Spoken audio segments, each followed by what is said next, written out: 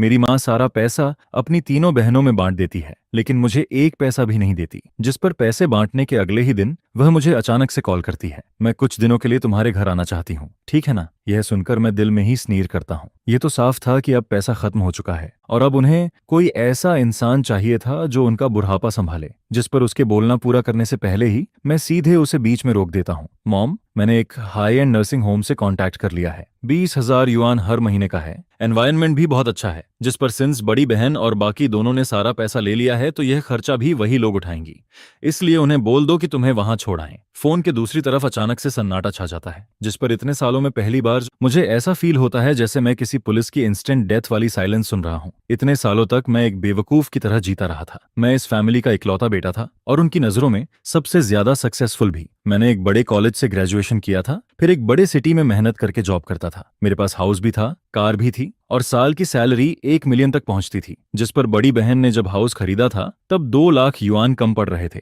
और वह पैसा मैंने दिया था। फिर दूसरी बहन के बच्चे का एडमिशन एक की हाई स्कूल में होता है और वहां के 1.5 लाख युआन स्पॉन्सरशिप फी भी मैंने ही पे किया था। इसके बाद तीसरी बहन एक स्टोर खोलती है, लेकिन उसमें 3 लाख युआन का लॉस हो जाता है, जिस पर वह गड्ढा भी मैंने ही भरा था। मेरी माँ हर कुछ दिनों में मुझे कॉल करती थी। कभी कहती थी कि यहाँ तबीयत ठीक नहीं है, कभी कहती थी कि वहां पैसों की जरूरत है, जिस पर हर बार मैं बिना एक शब्द बोले सीधे पैसा ट्रांसफर कर देता था। मैं सोचता था कि मैं इस फैमिली का पिलर हूं, वह सब लोग मेरी मेहनत देखते हैं और मेरी माँ, जिसे मेरा सबसे ज्यादा दर्द होता है, वह हमेशा अपने इकलौते बेटे से प्यार करती होगी। लेकिन कल वह 6 करोड़ का पैसा मेरे चेहरे पर पड़े 6 करोड़ थप्पड़ों जैसा लगता है, जिस पर मुझे पहली बार समझ आता है कि उनकी नजरों में मैं बस एक एटीएम था, जिससे जितना चाहो उतना पैसा निकाला जा सकता है। मैं फोन के दूसरी तरफ उसकी तेज और दबाई हुई सांसें सुन सकता था। शायद उसने कभी सपने में भी नहीं सोचा था कि उसका वह बेटा, जो हमेशा उसकी हर बात मानता था, उससे इस तरह बात करेगा। जिस पर मैं चुपचाप उसकी जोरदार चीख, गुस्से या इमोशनल ब्लैकमेल का इंतजार करता रहता हूँ, लेकिन कुछ भी नहीं होता। कुछ सेकंड बाद सामने से फोन काट दिया जाता है, जिसके बाद सिर्फ बीप की आवाज आती रहती है।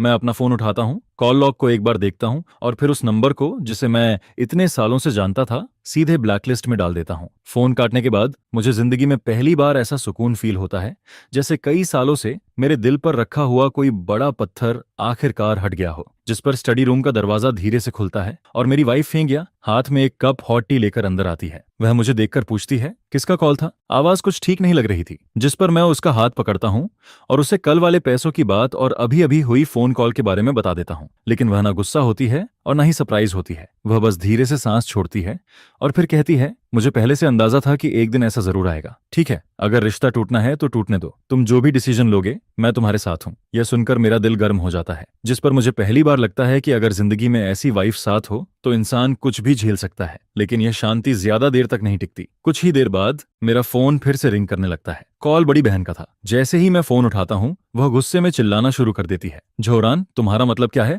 क्या तुम पागल हो गए हो? तुम मॉम से इस तरह कैसे बात कर सकते हो? उन्हें नर्सिंग होम भेज दोगे? तुम सोच भी कैसे सकते हो?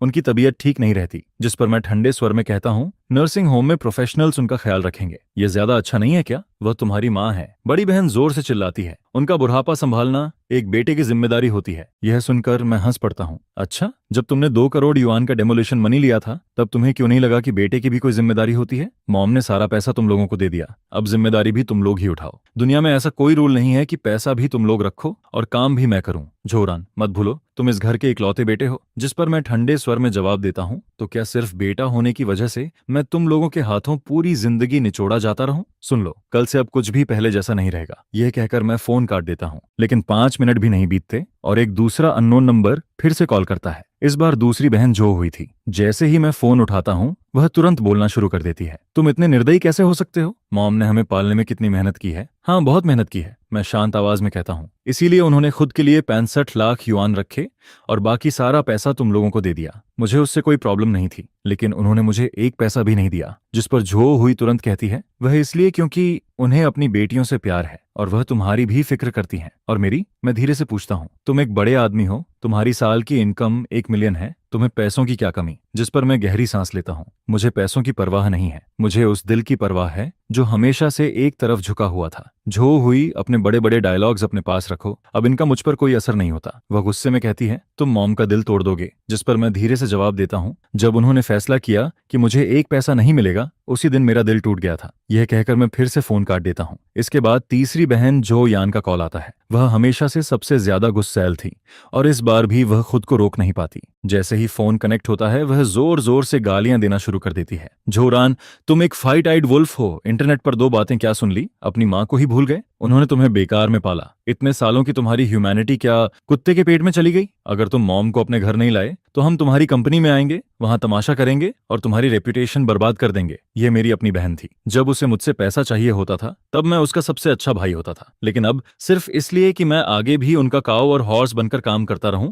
वह मुझे थ्रेट तक देने लगती है, जिस पर मुझे साफ समझ आ जाता है कि यह मामला अभी खत्म नहीं हुआ है। फोन पर दी गई धमकियां उनके लिए काफी नहीं होंगी। वह लोग जरूर मेरे घर आने वाले हैं। और फिर अगले ही शाम डोरबेल बजती है। मैं कैट आई से बाहर देखता हूँ, जिस पर दरवाजे के बाहर 4 लोग खड़े नजर आते हैं। पूरा परिवार एक साथ आया था और सबके चेहरों पर बनावटी दुख और शिकायत साफ दिखाई दे रही थी, जैसे मैं ही कोई सबसे बड़ा गुनहगार था। मैं लिविंग रूम में अपनी बेटी के साथ खेल रही फेंग से कहता हूँ, तुम लेले को लेकर रूम में चली जाओ, दरवाजा लॉक कर लेना और बाहर मत आना। जिस पर फेंग या चुपचाप सिर हिलाती है और अपनी बेटी को गोद में लेकर बेडरूम में चली जाती है। मैं एक गहरी सांस लेता हूँ और फिर दरवाजा खोल देता हूँ। दरवाजा खुलते ही 4 लोग बाढ़ की तरह अंदर घुस आते हैं। सबसे आगे मेरी माँ चल रही होती है और घर के अंदर आते ही वह जोर जोर से रोना शुरू कर देती है। मैंने तुम्हारा क्या बिगाड़ा है? मैंने इतनी मेहनत से तुम्हें बड़ा किया और तुम मेरे साथ ऐसा कर रहे हो? मैंने कैसा नालायक बेटा पैदा किया है? जिस पर बड़ी बहन तुरंत बोल पड़ती है, अच्छा हुआ कि तुम्हें अभी भी दरवाजा खोलना आता है। मुझे तो लगा था कि अब तुम्हें अपनी माँ भी नहीं चाहिए। फिर दूसरी बहन कहती है, तुम्हारी माँ बस गुस्से में थी, क्या तुम्हारे अंदर जरा भी कॉन्शियस नहीं बची? मैं उनकी बातों और शोर को पूरी तरह इग्नोर कर देता हूँ। मैं धीरे से किचन में जाता हूँ, अपने लिए एक गिलास पानी भरता हूँ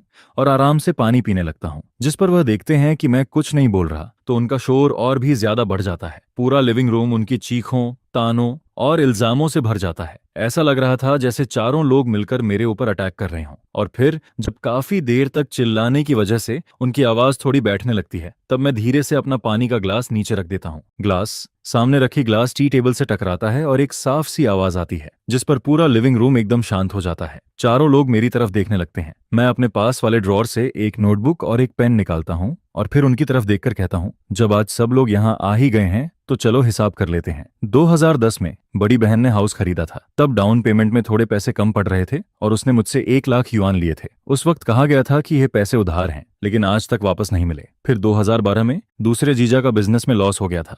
उन्हें तुरंत पैसों की जरूरत थी, जिस पर मैंने 1.5 लाख युआन दिए थे और वह पैसे भी कभी वापस नहीं आए। इसके बाद 2014 में तीसरी बहन ने एक शॉप खोलने की बात की थी। तब मैंने उसे 2 लाख युआन स्टार्टअप मनी के तौर पर दिए थे, लेकिन बाद में शॉप बंद हो गई और वह पैसे भी खत्म हो गए। और 2015 से लेकर पिछले साल तक मॉम अलग अलग बहानों से मुझसे 4 लाख युआन से ज्यादा ले चुकी हैं, जिस पर मैंने कभी एक शब्द तक नहीं कहा। मैं नोटबुक में यह सब लिखता जाता हूँ। मेरी आवाज ज्यादा तेज नहीं होती, लेकिन उस शांत पड़े लिविंग रूम में मेरा हर एक शब्द बहुत साफ सुनाई दे रहा होता है, जिस पर धीरे धीरे उनके चेहरों का रंग बदलने लगता है। पहले उनके चेहरे पर गुस्सा था, फिर वह बेचैनी में बदलता है और अब वहां सिर्फ शर्म और घबराहट बचती है। मैं उनकी तरफ देखकर कहता हूँ, तुम लोगों ने 6 करोड़ युआन का पैसा बांट लिया और मुझे 1 पैसा तक नहीं दिया, लेकिन उसके बाद भी तुम लोग मुझे ही नालायक और बेकार बेटा बोल रहे हो। तुम्हें सच में लगता है कि यह सही है? बहुत आसान बात है, जिसने पैसा लिया है वही जिम्मेदारी भी उठाएगा। मॉम के पास खुद 65 लाख युआन है और तुम तीनों बहनों के पास 2-2 करोड़ युआन है। इतना पैसा काफी है कि वह अपना बाकी का बुढ़ापा आराम से निकाल सकें। तुम लोग चाहो तो मॉम को अपने घर रख सकती हो या फिर चाहो तो उन्हें नर्सिंग होम भेज सकती हो। खर्चा तुम लोग आपस में डिसाइड कर लेना। बस ये एग्रीमेंट साइन कर दो। आज के बाद मैं तुम्हारी जिंदगी में दखल नहीं दूंगा और तुम लोग भी मेरी जिंदगी में दखल मत देना।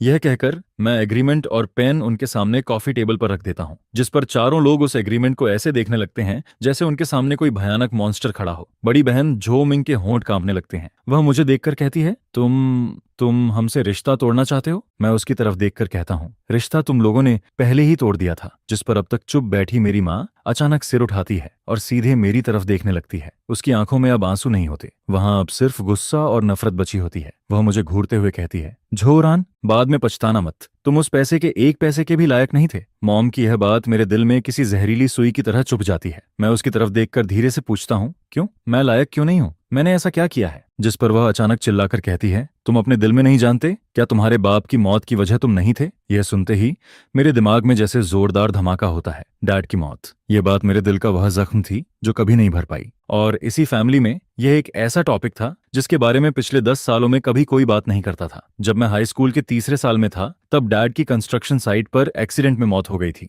वह स्काफोल्डिंग से नीचे गिर गए थे। उन्हें हॉस्पिटल ले जाया गया लेकिन वह वापस कभी नहीं आए। उस साल जैसे मेरी पूरी दुनिया टूट गई थी। मॉम हर दिन रोती रहती थी। मेरी तीनों बहनें भी दिन भर उदास रहती थीं और मैं खुद को अपने रूम में बंद कर लेता हूँ। मैं 3 दिन और 3 रात तक ना कुछ खाता हूँ ना कुछ पीता हूँ। मैं गॉड से नफरत करता हूँ, कंस्ट्रक्शन साइट के मालिक से नफरत करता हूँ, पूरी दुनिया से नफरत करता हूँ, लेकिन सबसे ज्यादा मैं खुद से नफरत करता हूँ क्योंकि जिस दिन एक्सीडेंट हुआ था उस दिन डैड घर पर थे और वजह मैं था। उस दिन मेरे हाथ में मैथ्स का फेल हुआ पेपर था। मुझे घर जाने से डर लग रहा था जिस पर मैं देर तक बाहर ही घूमता रहता हूँ। जब रात हो जाती है तब डैड मुझे ढूंढने के लिए अपनी पुरानी साइकिल लेकर बाहर निकलते हैं। वह हर जगह मुझे ढूंढते फिरते हैं और तभी उन्हें कंस्ट्रक्शन साइट से फोन आता है। वहां कुछ सामान आया था जिसे उतारना था और उसके बदले डबल सैलरी मिलने वाली थी। डैड कुछ देर के लिए रुकते हैं लेकिन फिर वह मेरे बारे में सोचते हैं, मेरे आने वाले कॉलेज एंट्रेंस एग्जाम के बारे में सोचते हैं, मेरे फ्यूचर के खर्चों के बारे में सोचते हैं और फिर वह वहां चले जाते हैं जिस पर उसके बाद वह कभी वापस नहीं आते। यह बात मेरी पूरी जिंदगी का सबसे बड़ा दर्द बन गई थी और यही वजह थी कि मैं इतने सालों तक पागलों की तरह पैसा कमाता रहा ताकि मैं इस फैमिली के लिए कुछ कर सकूं। मुझे लगा था कि वह सब लोग यह बात समझते हैं। मुझे लगा था कि वह भी मेरी तरह इस दर्द को अपने दिल में दबाकर रखते हैं, लेकिन मैंने कभी नहीं सोचा था कि आज इसी पल वह लोग मेरे सबसे गहरे जख्म को फिर से खोल देंगे। डैड उस कंस्ट्रक्शन साइट पर किसके लिए गए थे? अगर तुम्हारी कॉलेज की फीस भरने के लिए पैसे जुटाने की जरूरत ना होती तो क्या वह इतनी मजबूरी में वहां जाते? हाँ, लेकिन हम तीनों बहनों ने भी तो तुम्हें आराम से पढ़ने देने के लिए सैक्रिफाइस किया था। जिस पर बड़ी बहन बोलती है, जैसे ही मैंने हाई स्कूल खत्म किया मैं बाहर काम करने चली गई। फिर दूसरी बहन उसकी बात पकड़ते हुए कहती है, हम तीनों ने तुम्हारे लिए बहुत कुछ छोड़ा था। जिस पर मॉम फिर से रोना शुरू कर देती है। तुम्हारे डैड जब जा रहे थे तब उन्होंने मेरा हाथ पकड़ा था। उन्होंने मुझसे कहा था कि तुम्हारा ध्यान रखना। उन्होंने कहा था कि तुम जो फैमिली की आखिरी उम्मीद हो। मैंने उनसे प्रॉमिस किया था और मैंने वह प्रॉमिस पूरा भी किया, लेकिन तुमने क्या किया? तुम एक व्हाइट आइड वुल्फ निकले। अब तुम्हारे पंख निकल आए हैं और तुम सब कुछ भूल गए। उनकी बातें मेरे ऊपर किसी सोड की तरह गिरती रहती हैं। हर शब्द ऐसा लगता है जैसे मेरे सीने में घुस रहा हो। मैं सामने खड़ी उन 3 औरतों को देखता हूँ जिन्हें मैं इतने सालों से अपना फैमिली समझता था। उनके चेहरों पर दुख और इल्जाम दिखाई दे रहे थे, लेकिन उनकी आंखों में सिर्फ लालच और हिसाब किताब चमक रहा था। जिस पर मुझे आखिर समझ आता है कि उनके दिल में डैड की मौत कभी एक्सीडेंट थी ही नहीं। उनके लिए वह मेरी ओरिजिनल सिन थी। इतने सालों से मैं जो कुछ भी करता रहा वह फैमिली लव नहीं था। वह सिर्फ एक तरह का प्रायश्चित था। मैंने जो पैसा उन्हें दिया वह मेरे प्यार की वजह से नहीं था। उनके हिसाब से वह उनका हक था। अब जब उन्हें 6 करोड़ युआन मिल गए हैं तो उन्हें लगता है कि वह पैसा डैड ने अपनी जान देकर कमाया था और मैं जो उनके हिसाब से गुनहगार हूं उस पैसे का एक युआन भी डिजर्व नहीं करता। उनके लिए वह पैसा उनका हक है क्योंकि उन्होंने इतने सालों तक सैक्रिफाइस किया था। क्या कमाल का लॉजिक है? क्या अजीब सेल्फ हाइपोनोसिस है? जिस पर मैं हंसने लगता हूं। पहले हल्का सा स्नीयर मेरे चेहरे पर आता है और फिर वह हंसी धीरे धीरे इतनी बढ़ जाती है कि मैं खुद उसे रोक नहीं पाता। मेरी हंसी पूरे लिविंग रूम में गूंजने लगती है और वह इतनी अजीब और कड़वी लगती है कि सब लोग एकदम चुप हो जाते हैं। जिस पर बड़ी बहन मुझे घूरते हुए पूछती है, तुम हंस क्यों रहे हो? मैं धीरे से उसकी तरफ उंगली उठाता हूँ। मेरी आंखों के कोने गीले हो चुके थे लेकिन मैं फिर भी हंस रहा था। फिर मैं धीरे धीरे उठता हूँ और कदम कदम करके मॉम के सामने जाकर खड़ा हो जाता हूँ। मैं उसकी तरफ ऊपर से देखते हुए पूछता हूँ, जब डैड की मौत हुई थी तब कंस्ट्रक्शन साइट से कितना कंपेंसेशन मिला था? यह सुनते ही मॉम का चेहरा सफेद पड़ जाता है। उसकी आंखें इधर उधर घूमने लगती हैं, उसके होंठ हिलते हैं, लेकिन उसके मुंह से कोई आवाज नहीं निकलती। जिस पर मैं खुद ही बोलना शुरू कर देता हूँ। कुल 3 लाख युआन मिले थे। 15 साल पहले वह बहुत बड़ी रकम थी। और फिर उस पैसे का क्या हुआ? मेरी 4 साल की कॉलेज फीस और लिविंग एक्सपेंसेस मिलाकर मुश्किल से 50,000 युआन खर्च हुए। बाकी के 2.5 लाख युआन। बड़ी बहन की शादी हुई तो तुमने उसे 80,000 युआन दिए। दूसरी बहन की शादी हुई तो उसे भी 80,000 युआन दिए और फिर तीसरी बहन का बॉयफ्रेंड उसे धोखा देकर 50,000 युआन लेकर भाग गया, जिस पर वह पैसे भी तुमने दिए। और आखिर में जो 40,000 युआन बचे तुमने कहा था कि वह अपने बुढ़ापे के लिए रखोगी। मैं धीरे से कहता हूँ, सही कह रहा हूं ना? जिस पर मॉम का पूरा शरीर कांपने लगता है। तीनों बहनों के चेहरे भी एकदम खराब हो जाते हैं। मैं फिर धीरे से बोलता हूँ, मैंने कभी इन बातों का जिक्र नहीं किया क्योंकि मुझे लगता था कि वह डैड की आखिरी निशानी थी। तुम उनकी वाइफ थी, तुम्हें उस पैसे पर पूरा हक था। मुझे लगा था कि तुम्हारे दिल में मेरे लिए, तुम्हारे इस इकलौते बेटे के लिए थोड़ा सा गिल्ट जरूर होगा, लेकिन अब लगता है कि मैं बहुत बेवकूफ था। तुम्हें कभी कोई गिल्ट नहीं था, उल्टा तुमने सारी गलती मेरे सिर पर डाल दी। डैड की मौत का सहारा लेकर तुमने मुझे सालों तक इमोशनली ब्लैकमेल किया और फैमिली लव के नाम पर मुझे बार बार निचोड़ती रहीं। मैं मॉम की तरफ देखकर कहता हूँ, जो शुयुन, अपने दिल पर हाथ रखकर खुद से पूछो, क्या तुम डैड के सामने खुद को सही साबित कर सकती हो? क्या तुम सच में माँ कहलाने के लायक हो? मेरी हर बात किसी हथौड़े की तरह उसके दिल पर पड़ती है और आखिरकार वह टूट जाती है। वह अचानक सिर उठाती है और पागलों की तरह मेरी तरफ झपट पड़ती है। वह मेरा चेहरा नोचने के लिए हाथ बढ़ाती है, लेकिन मैं पहले से तैयार था, जिस पर मैं पीछे हट जाता हूँ। वह सीधे खाली जगह में गिरते गिरते बचती है, जिस पर तीसरी बहन झो यान तुरंत उसे पकड़ लेती है। लेकिन अगले ही पल झो यान खुद मेरी तरफ पागलों की तरह दौड़ पड़ती है। तुम्हारी हिम्मत कैसे हुई? मैं तुम्हें नहीं छोड़ूंगी। और फिर पूरा मामला एकदम फाइट में बदल जाता है। लेकिन मैं उन पर हाथ नहीं उठाता। मैं बस ठंडे चेहरे के साथ उन्हें देखता रहता हूँ। मैं उन्हें उस घर में पागलों की तरह चिल्लाते और टूटते हुए देखता हूँ, जिसे मैंने अपनी मेहनत से बनाया था, जिस पर वह मुझे किसी सर्कस के क्लाउन जैसे लगने लगते हैं। तभी पीछे से फेंक या की आवाज आती है, बस अगर तुम लोगों ने और तमाशा किया तो मैं सीधे पुलिस को कॉल कर दूंगी। यह सुनते ही चारों लोग एकदम रुक जाते हैं। फेंक या की आवाज जैसे पूरे लिविंग रूम पर ठंडे पानी की बाल्टी फेंक देती है। मॉम और तीनों बहनें उसकी तरफ घूर कर देखने लगती हैं। उन्हें शायद उम्मीद नहीं थी कि हमेशा शांत और सीधी रहने वाली फेंक या वादिना पाचन नेत्र आज इतनी स्ट्रांग बनकर सामने खड़ी होगी। फेंक या उनकी तरफ देखकर कहती है, ये मेरा घर है और तुम लोग यहाँ वेलकम नहीं हो। मैंने अभी तक तुम लोगों की सारी बातें सुनी हैं। तुम लोग मेरे हस्बैंड पर इल्जाम लगा रही हो। जिस पर वह चारों एकदम चुप हो जाते हैं। मैं फेंक या की तरफ देखता हूँ और मेरे दिल में एक अजीब सी गर्माहट फील होने लगती है। इतने सालों में उसने बहुत कुछ सहा था। हर बार जब मॉम और मेरी बहनें कोई नई डिमांड लेकर आती थीं, तब भी वह कुछ नहीं बोलती थी, सिर्फ इसलिए ताकि मुझे बुरा ना लगे। लेकिन आज वह आखिरकार चुप नहीं रहती, क्योंकि इस बार उन्होंने उसकी आखिरी लिमिट पार कर दी थी। वह मेरे हस्बैंड को चोट पहुंचा रहे थे, वह उसके फैमिली को तोड़ रहे थे। जिस पर फेंक या की बात सुनकर तीसरी बहन जो यान का चेहरा गुस्से से लाल हो जाता है। वह चिल्लाकर कहती है, ये हमारे जो फैमिली का मामला है, तुम बीच में बोलने वाली कौन होती हो? तुम तो आउटसाइडर हो। जिस पर फेंक या बिना डरे जवाब देती है, मेरी शादी चौरान से 8 साल पहले हुई थी। मैं इस घर की मिस्ट्रेस हूँ और तुम लोग, तुम सब तो शादी करके अपने अपने घर जा चुकी हो, फिर भी मेरे हस्बैंड की मेहनत की कमाई लेकर अपने घर चला रही हो। अब बताओ आउटसाइडर कौन है? यह सुनते ही जैसे उनकी आखिरी बची हुई इज्जत भी खत्म हो जाती है। दूसरी बहन झो हुई का चेहरा लाल और सफेद पड़ने लगता है और झो यान गुस्से में अपने पैर पटकने लगती है। जिस पर झो यान आगे कुछ नहीं बोलती, क्योंकि अगर वह और बोलती तो बात और भी गंदी हो जाती। मेरी माँ जोशियू बस फेंक या को खाली नजरों से देखती रहती है और फिर मेरी तरफ देखने लगती है। उसकी आंखों में सिर्फ शौक और यकीन न होने वाला भाव होता है। उसकी नजरों में बहू का मतलब हमेशा एक ऐसी औरत था जो चुपचाप सब सहती रहे, मेहनत करे और कभी जवाब ना दे। जिस पर उसने शायद कभी इमेजिन भी नहीं किया था कि फेंक या उसके सामने खड़ी होकर उसी के लिविंग रूम में उसे इतने सख्त शब्दों में जवाब देगी।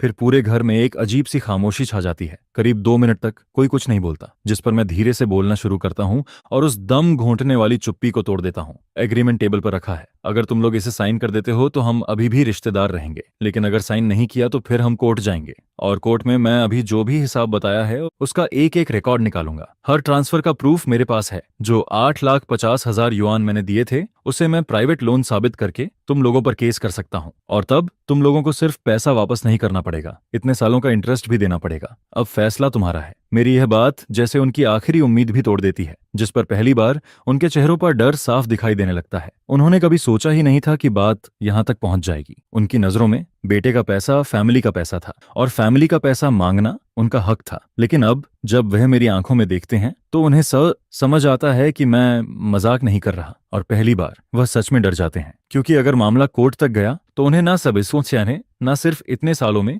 लिया हुआ पैसा वापस करना पड़ेगा, बल्कि रिश्तेदारों और जान पहचान वालों के सामने उनकी इज्जत भी खत्म हो जाएगी। जिस पर बड़ी बहन जो मिंग और दूसरी बहन जो ह्यूई एक दूसरे की तरफ देखने लगती हैं। उनकी आंखों में डर, झिझक और बेचैनी साफ दिखाई दे रही थी। फिर मॉम कांपते हुए हाथों से एग्रीमेंट उठाती है। वह काफी देर तक उस पर लिखे हुए काले शब्दों को देखती रहती है और फिर दांत भींचकर धीरे से कहती है, ठीक है, बहुत अच्छा, बहुत अच्छा। उसका हर शब्द ऐसा लग रहा था जैसे वह अपने दांतों के बीच से निकाल रही हो। फिर वह मेरी तरफ देखकर कहती है, जोरान तुम बहुत बेरहम निकले। जिस पर वह पेन उठाती है और एग्रीमेंट पर अपना नाम लिख देती है। ऐसा लग रहा था जैसे उस साइन में उसकी सारी ताकत खत्म हो गई हो। इसके बाद बड़ी बहन, दूसरी बहन और तीसरी बहन भी एक एक करके आगे आती हैं। उनके चेहरे ऐसे लग रहे थे जैसे उनमें अब जान ही ना बची हो, और फिर वह भी चुपचाप एग्रीमेंट पर अपना नाम लिख देती हैं। मैं उन 4 साइंड एग्रीमेंट्स को देखता हूँ, लेकिन मेरे दिल में जीत जैसा कुछ भी फील नहीं होता, बस एक बहुत गहरा दुख फील होता है। 30 साल से ज्यादा पुराना यह रिश्ता पैसों और लालच के सामने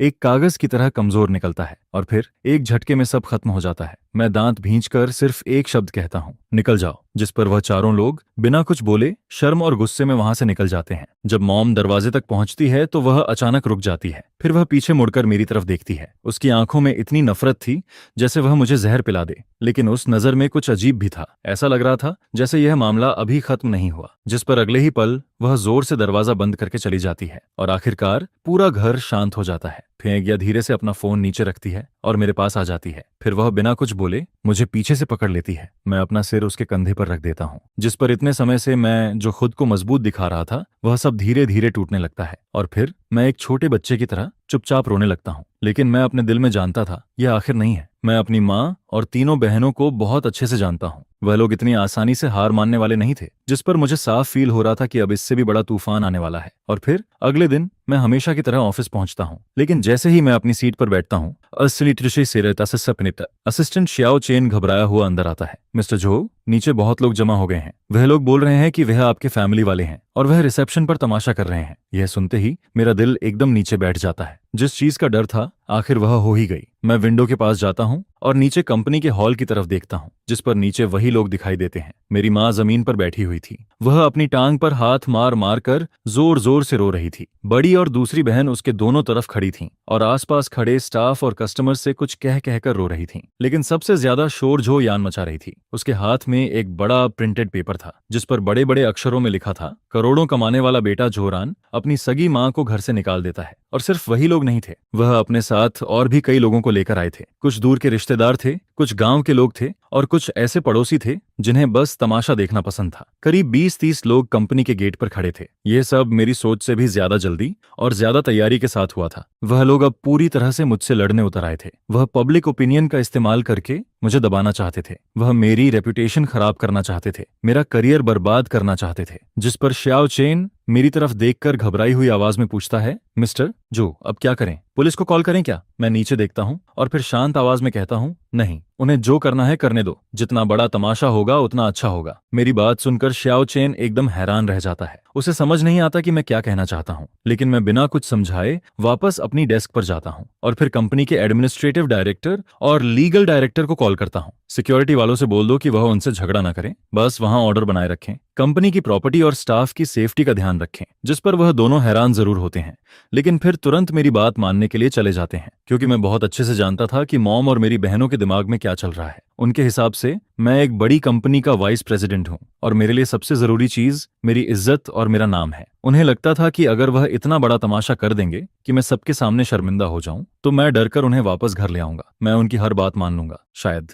वह यह भी सोच रहे थे कि मैं वह 65 लाख युआन भी दोबारा उनके बीच बांट दूंगा, लेकिन उन्होंने एक बहुत बड़ी गलती कर दी थी। उन्हें लगा कि मुझे सबसे ज्यादा अपनी इज्जत की परवाह है। असल में मुझे यह चेहरा बहुत पहले से नहीं चाहिए था, बल्कि इन्हीं लोगों ने अपने ही हाथों से उसे टुकड़ों में फाड़ दिया था। नीचे कंपनी में जो तमाशा चल रहा होता है उसे देखकर मैं बस यही कहना चाहता था, जिस पर मेरी माँ की एक्टिंग और भी ज्यादा शानदार होती जाती है और वह सांस टूटने तक रोती रहती है, जैसे कि वह किसी भी समय बेहोश हो जाएगी। जिस पर मेरी बहनों के इल्जाम भी और ज्यादा भारी होते जाते हैं और वे खुद को ऐसी छोटी छोटी मासूम लड़कियों की तरह दिखाती हैं जिन्हें एक बेरहम इंसान दबा रहा है। यह देखकर उनके आसपास खड़े लोगों की भीड़ बढ़ती जाती है और मुझे लेकर उंगलियां उठाने वाली आवाजें और भी तेज होती जाती हैं, जिनमें कुछ ऐसे लोग भी होते हैं जिन्हें सच्चाई के बारे में कुछ भी नहीं पता होता है। इसके बाद रिपोर्टर्स भी वहां आ जाते हैं और उनके लॉन्ग और शॉर्ट कैमरे मेरी माँ और बहनों की तरफ तने रहते हैं, जिस पर उनके दुख से भरे चेहरे बार बार फ्लैश होते रहते हैं और एक अच्छी तरह से प्लान किया गया फैमिली ड्रामा सबके सामने चलता रहता है।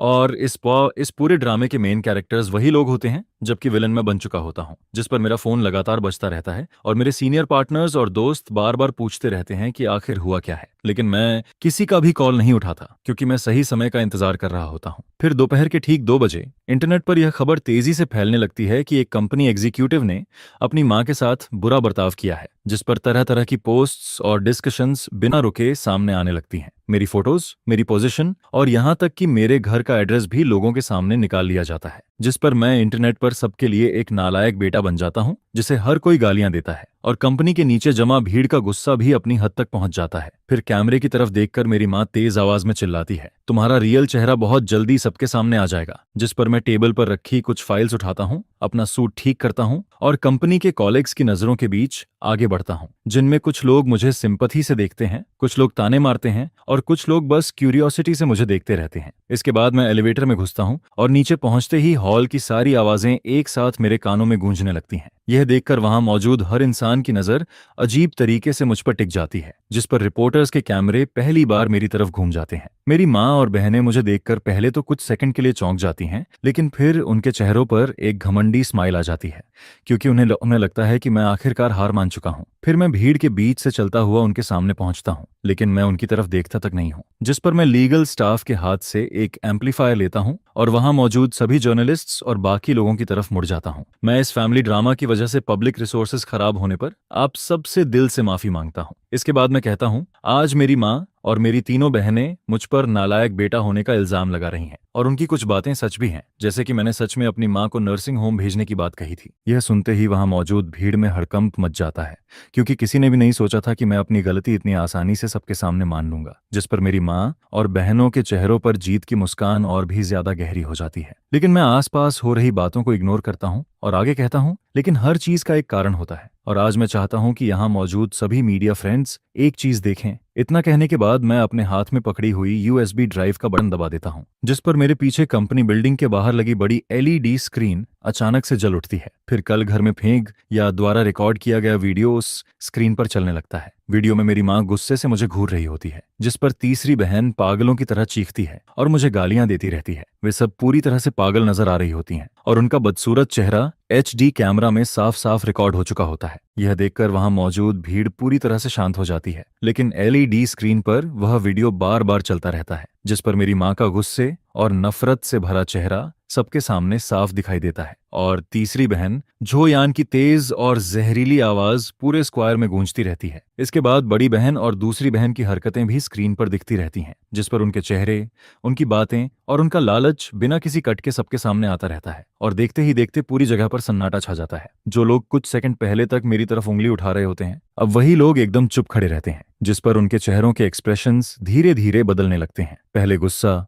फिर शक, फिर शौक और आखिर में सिंपैथी और समझ से भरी नजरें उनके चेहरे पर दिखाई देने लगती हैं। यह देखकर रिपोर्टर्स के कैमरे तेजी से घूमने लगते हैं, पहले स्क्रीन की तरफ और फिर मेरी माँ और बहनों की तरफ, जिनके चेहरे अब पूरी तरह से सफेद पड़ चुके होते हैं। वे वहीं खड़ी रह जाती हैं जैसे किसी ने उन पर बिजली गिरा दी हो। उनके चेहरे का खून आंखों के सामने गायब होता जाता है और उनके मुंह खुले रह जाते हैं, लेकिन उनसे एक शब्द भी नहीं निकलता, जिस पर उनकी आंखों में सिर्फ डर और यकीन ना कर पाने वाला एक्सप्रेशन दिखाई देता है। शायद उन्हें समझ ही नहीं आता कि घर में हुई बात रिकॉर्ड कैसे हो गई, और उससे भी ज्यादा उन्हें यह समझ नहीं आता कि मैं इतनी बड़ी भीड़ के सामने यह वीडियो चलाने की हिम्मत कैसे कर सकता हूं, क्योंकि उनकी नजरों में मैं हमेशा वही सीधा सादा, सबसे ऑनेस्ट और सबसे अच्छा बेटा था जिसे वे कभी भी दबा सकती थीं। लेकिन आज वही इंसान उनके सारे सच को दुनिया के सामने ला चुका होता है, जिस पर सबसे पहले तीसरी बहन झो यान टूट जाती है और वह तेज आवाज में चीखते हुए कहती है, ये झूठ है, ये फेक है, उसने ये सब खुद बनाया है, मैं उससे नफरत करती हूँ। लेकिन इस समय उसकी आवाज जितनी तेज होती है उतनी ही कमजोर भी लगती है, क्योंकि वहां मौजूद कोई भी इंसान उसकी बात पर यकीन नहीं करता। वीडियो में हर एक्सप्रेशन,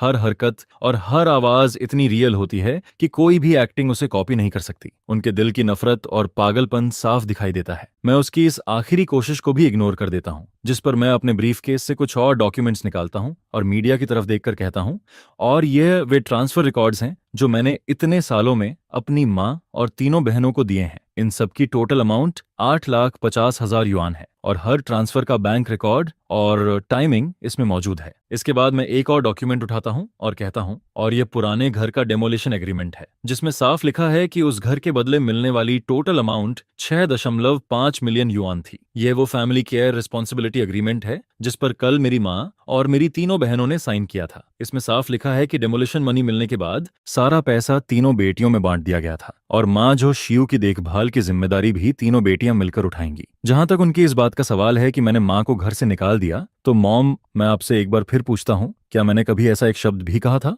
अगर आपने मुझे घर से निकल जाने के लिए कहा तो क्या मैंने कभी आपको उंगली तक लगाई थी? मैंने सिर्फ इतना कहा था कि आप और मेरी बहनें मेरे घर से निकल जाएं, क्योंकि आप लोग मेरे घर आकर शोर मचा रही थीं और यहाँ तक कि मुझ पर हाथ भी उठा रही थीं, जिस पर मेरी माँ का चेहरा एकदम बदल जाता है। वह अपने होंठ इतनी जोर से भींचती है कि उसके मुंह से एक शब्द भी नहीं निकलता, और भीड़ में खड़े लोग आपस में धीरे धीरे बातें करना शुरू कर देते हैं, जिस पर पब्लिक ओपिनियन का पूरा रुख एकदम पलट जाता है। अभी तक जो सिंपथी मेरी माँ और बहनों को मिल रही होती है, वह सब इन पक्के सबूतों के सामने खत्म हो जाती है। अब वहां मौजूद हर इंसान मेरी तरफ देखने लगता है, और जितनी बातें, ताने और गालियां अभी तक मुझे मिल रही थीं, अब वही सब मेरी माँ और बहनों की तरफ जाने लगती हैं। वे चारों उन निगाहों और बातों से घिर जाती हैं और वहां से निकलने की कोशिश करने लगती हैं, क्योंकि अब उनके पास शर्म से सिर छुपाने की भी जगह नहीं बचती। लेकिन तीसरी बहन जोयान अभी भी आखिरी कोशिश करती है। वह जोर से चिल्लाकर कहती है, तुम झूठ बोल रहे हो, हमने ऐसा कोई एग्रीमेंट कब देखा था? यह कहकर वह मेरी तरफ दौड़ती है और मेरे हाथ से डॉक्यूमेंट्स छीनने की कोशिश करती है,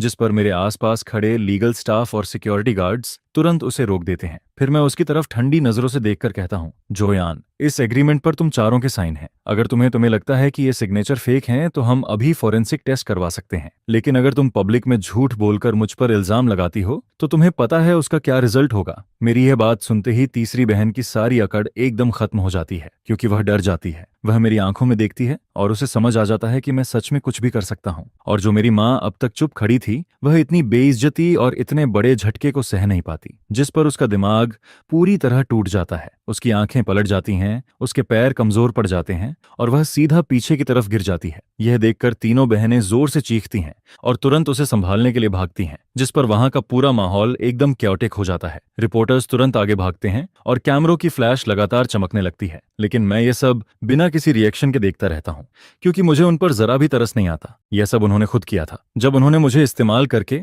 अपना मतलब निकालने की कोशिश की थी, तभी उन्हें सोच लेना चाहिए था कि एक दिन ऐसा भी हो सकता है। इसके बाद कंपनी के सिक्योरिटी गार्ड्स और एडमिनिस्ट्रेटिव स्टाफ आगे आते हैं और वहां का माहौल संभालने लगते हैं। फिर कुछ ही देर में एम्बुलेंस भी आ जाती है, जिस पर मेरी माँ को स्ट्रेचर पर लिटाकर एम्बुलेंस में डाल दिया जाता है, और मेरी तीनों बहनें, जो पूरी तरह हार चुकी होती हैं, चुपचाप उसके पीछे पीछे चली जाती हैं। और इसी के साथ यह बड़ा तमाशा खत्म हो जाता है। भीड़ धीरे धीरे वहां से चली जाती है और रिपोर्टर्स भी अपनी मनचाही खबर लेकर खुश होकर वहां से निकल जाते हैं। ऐसा लगता है जैसे कुछ हुआ ही नहीं था। लेकिन मैं जानता हूं कि आज के बाद सब कुछ बदल चुका है। मेरा जो सो कॉल्ड घर था, वह आज पूरी तरह टूट चुका है और अब वापस लौटने का कोई रास्ता नहीं बचता। जब मैं वापस ऑफिस पहुंचता हूं तो वहां मौजूद हर कोलेग मुझे अलग नजरों से देख रहा होता है। किसी की नजर में सिंपथी होती है, किसी की नजर में रिस्पेक्ट, और कुछ लोग मुझसे थोड़ा डर भी रहे होते हैं। लेकिन कोई भी मेरे पास आकर बात करने की हिम्मत नहीं करता, क्योंकि शायद किसी ने भी ये इमेजिन नहीं किया था कि हमेशा शांत और डिसेंट दिखने वाला मिस्टर जो फैमिली मैटर को इतनी सख्ती और इतनी बेरहमी से हैंडल करेगा। फिर थोड़ी देर बाद कंपनी के सीईओ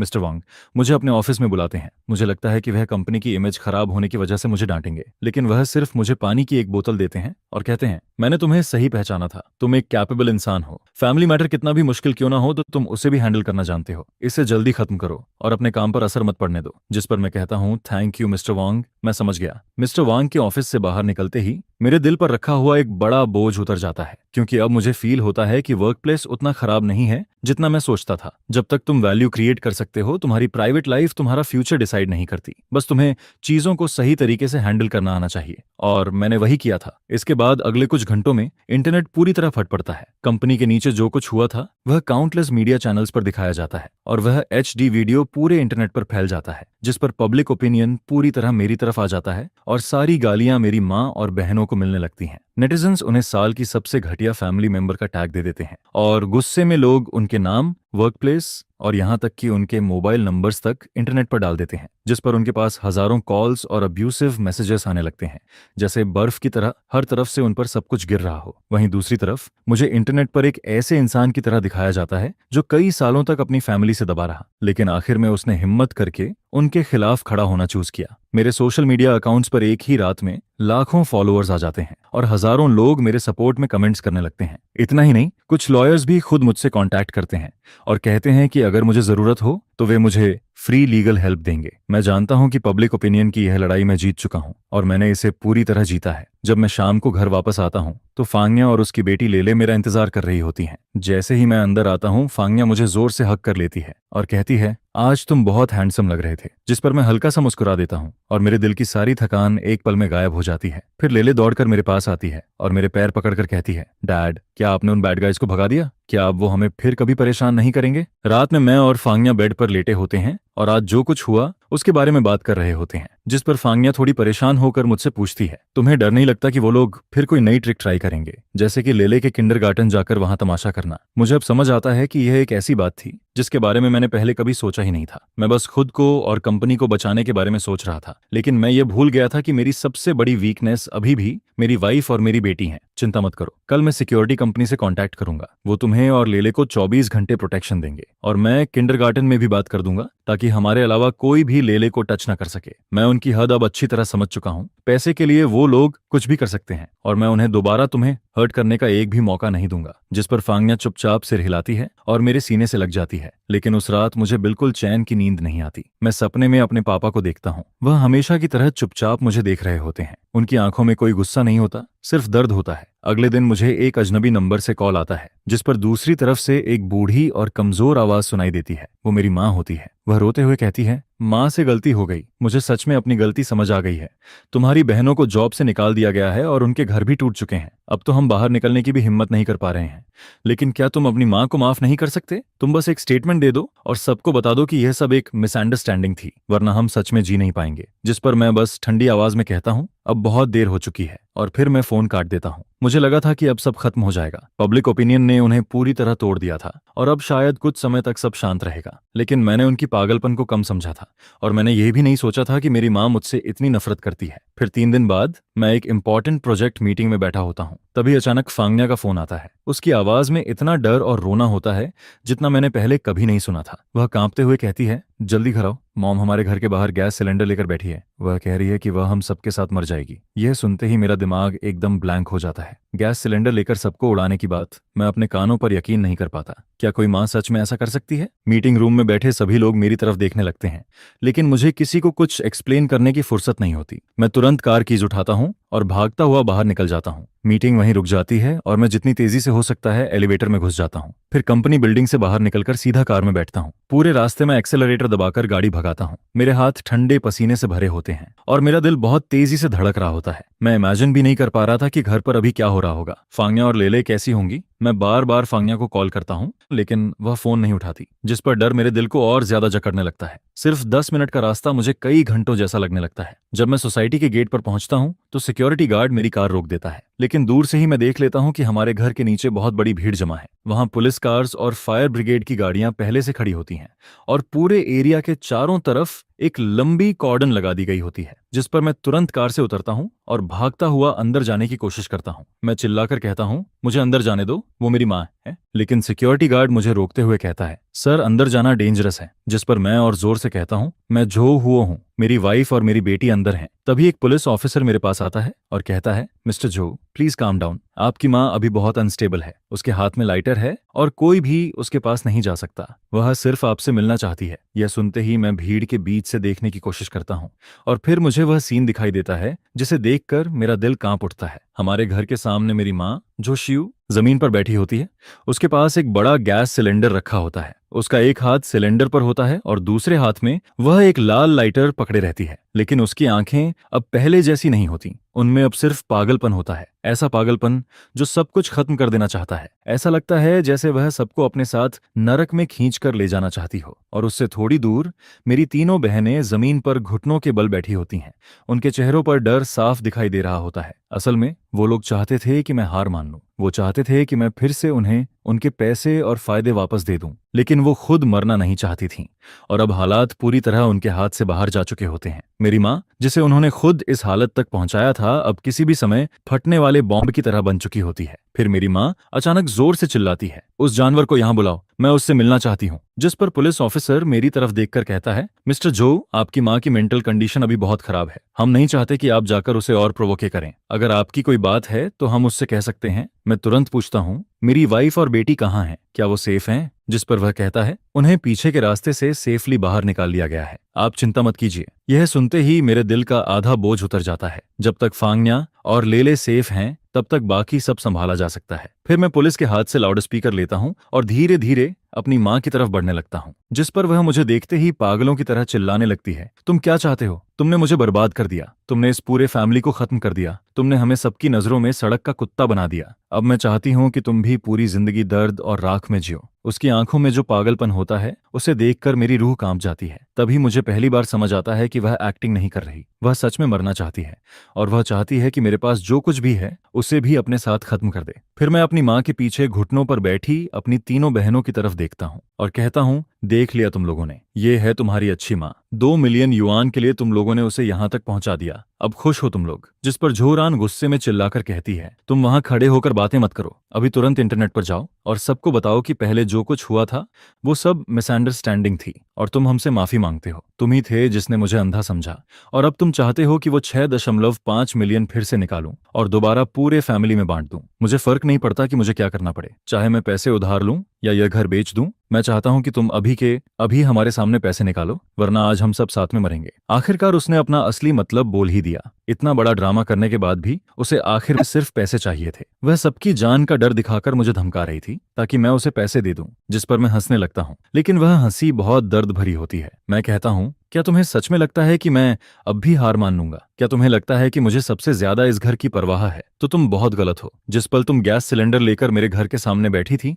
उसी पल से तुम हार चुकी थी, और जिस पल तुमने मेरी वाइफ और बेटी की जान को खतरे में डाला उसी पल से तुम मेरी मां नहीं रही। अब तुम मेरे लिए सिर्फ एक ऐसी औरत हो जो मेरे फैमिली को हर्ट करना चाहती है। मेरी बात सुनकर वह एकदम चुप हो जाती है, जैसे मेरी बात सीधे उसके दिल में जाकर लगी हो, और वहां खड़े बाकी लोग भी शॉक में आ जाते हैं। वह कांपती हुई आवाज में कहती है, तुम क्या कह रहे हो? जिस पर मैं कहता हूं, मैं कह रहा हूं कि तुम्हारी धमकी का मुझ पर कोई असर नहीं है। अगर यह घर जल जाता है तो मैं दूसरा घर खरीद लूंगा। अगर मेरी जॉब चली जाती है तो मैं दूसरी जॉब ढूंढ लूंगा। जब तक मेरी वाइफ और मेरी बेटी सेफ हैं मुझे किसी चीज का डर नहीं है। लेकिन आज तुम जो कर रही हो वह पब्लिक सेफ्टी को खतरे में डालने वाला क्राइम है। अगर तुम गिल्टी साबित हुई तो तुम्हें 10 साल से ज्यादा की जेल, उम्र कैद या शायद मौत की सजा भी हो सकती है। जोशुई, क्या तुमने सच में सोच लिया है? सिर्फ थोड़े से पैसे के लिए और अपने कंट्रोल की भूख के लिए क्या तुम अपनी पूरी जिंदगी बर्बाद कर दोगी? मेरी बात सुनते ही मेरी माँ का चेहरा एकदम उतर जाता है और उसके हाथ में पकड़ा लाइटर हल्का हल्का कांपने लगता है, क्योंकि उसने कभी लॉ के बारे में सोचा ही नहीं था। उसे हमेशा लगता था कि माँ और बेटे के बीच सिर्फ मॉरलिटी होती है, कानून नहीं। उसे लगता था कि वह जो भी कर रही है वह बिल्कुल सही है। लेकिन मैंने उसकी आखिरी उम्मीद भी तोड़ दी थी, और जैसे ही उसका मन डगमगाता है वैसे ही पहले से तैयार खड़े फायर फाइटर्स अचानक उसकी तरफ दौड़ पड़ते हैं। एक आदमी उसके हाथ से लाइटर छीन लेता है, दूसरा उसे पकड़ लेता है और बाकी लोग उसे जमीन पर गिरा देते हैं। यह सब इतना जल्दी होता है कि किसी को कुछ समझने का मौका ही नहीं मिलता और उसी पल पूरा खतरा खत्म हो जाता है। लेकिन मेरी माँ अब भी पागलों की तरह चिल्लाती रहती है। वह किसी जानवर की तरह हाथ पैर मार रही होती है। लेकिन अब सब खत्म हो चुका होता है, क्योंकि अगले ही पल उसकी कलाइयों में ठंडी हैंडकफ्स डाल दी जाती हैं और उसकी आखिरी पागलपन भी उसी के साथ खत्म हो जाती है। मैं अपनी माँ को पुलिस की गाड़ी में बैठते हुए देखता हूँ और मेरी तीनों बहनें जमीन पर बैठी रो रही होती हैं। लेकिन मेरे दिल में जरा सी भी खुशी नहीं होती, सिर्फ एक खालीपन होता है, क्योंकि आज के बाद यह घर सच में खत्म हो चुका था। इसके बाद पुलिस मुझे स्टेशन लेकर जाती है, लेकिन सस्पेक्ट की तरह नहीं बल्कि विक्टिम की तरह। इंटरोगेशन रूम की सफेद लाइट के नीचे मैं कुर्सी पर बैठा होता हूँ। सामने बैठा पुलिस ऑफिसर मुझे एक कप में गर्म पानी देता है। वह बहुत शांति से कहता है, मिस्टर जो, आपने बहुत कुछ सहा है, लेकिन हमें आज जो हुआ उसका पूरा स्टेटमेंट चाहिए। जिस पर मैं सिर हिलाता हूँ और सुबह से लेकर अब तक जो कुछ हुआ वह सब बताना शुरू कर देता हूँ। फांगन्या का फोन आने से लेकर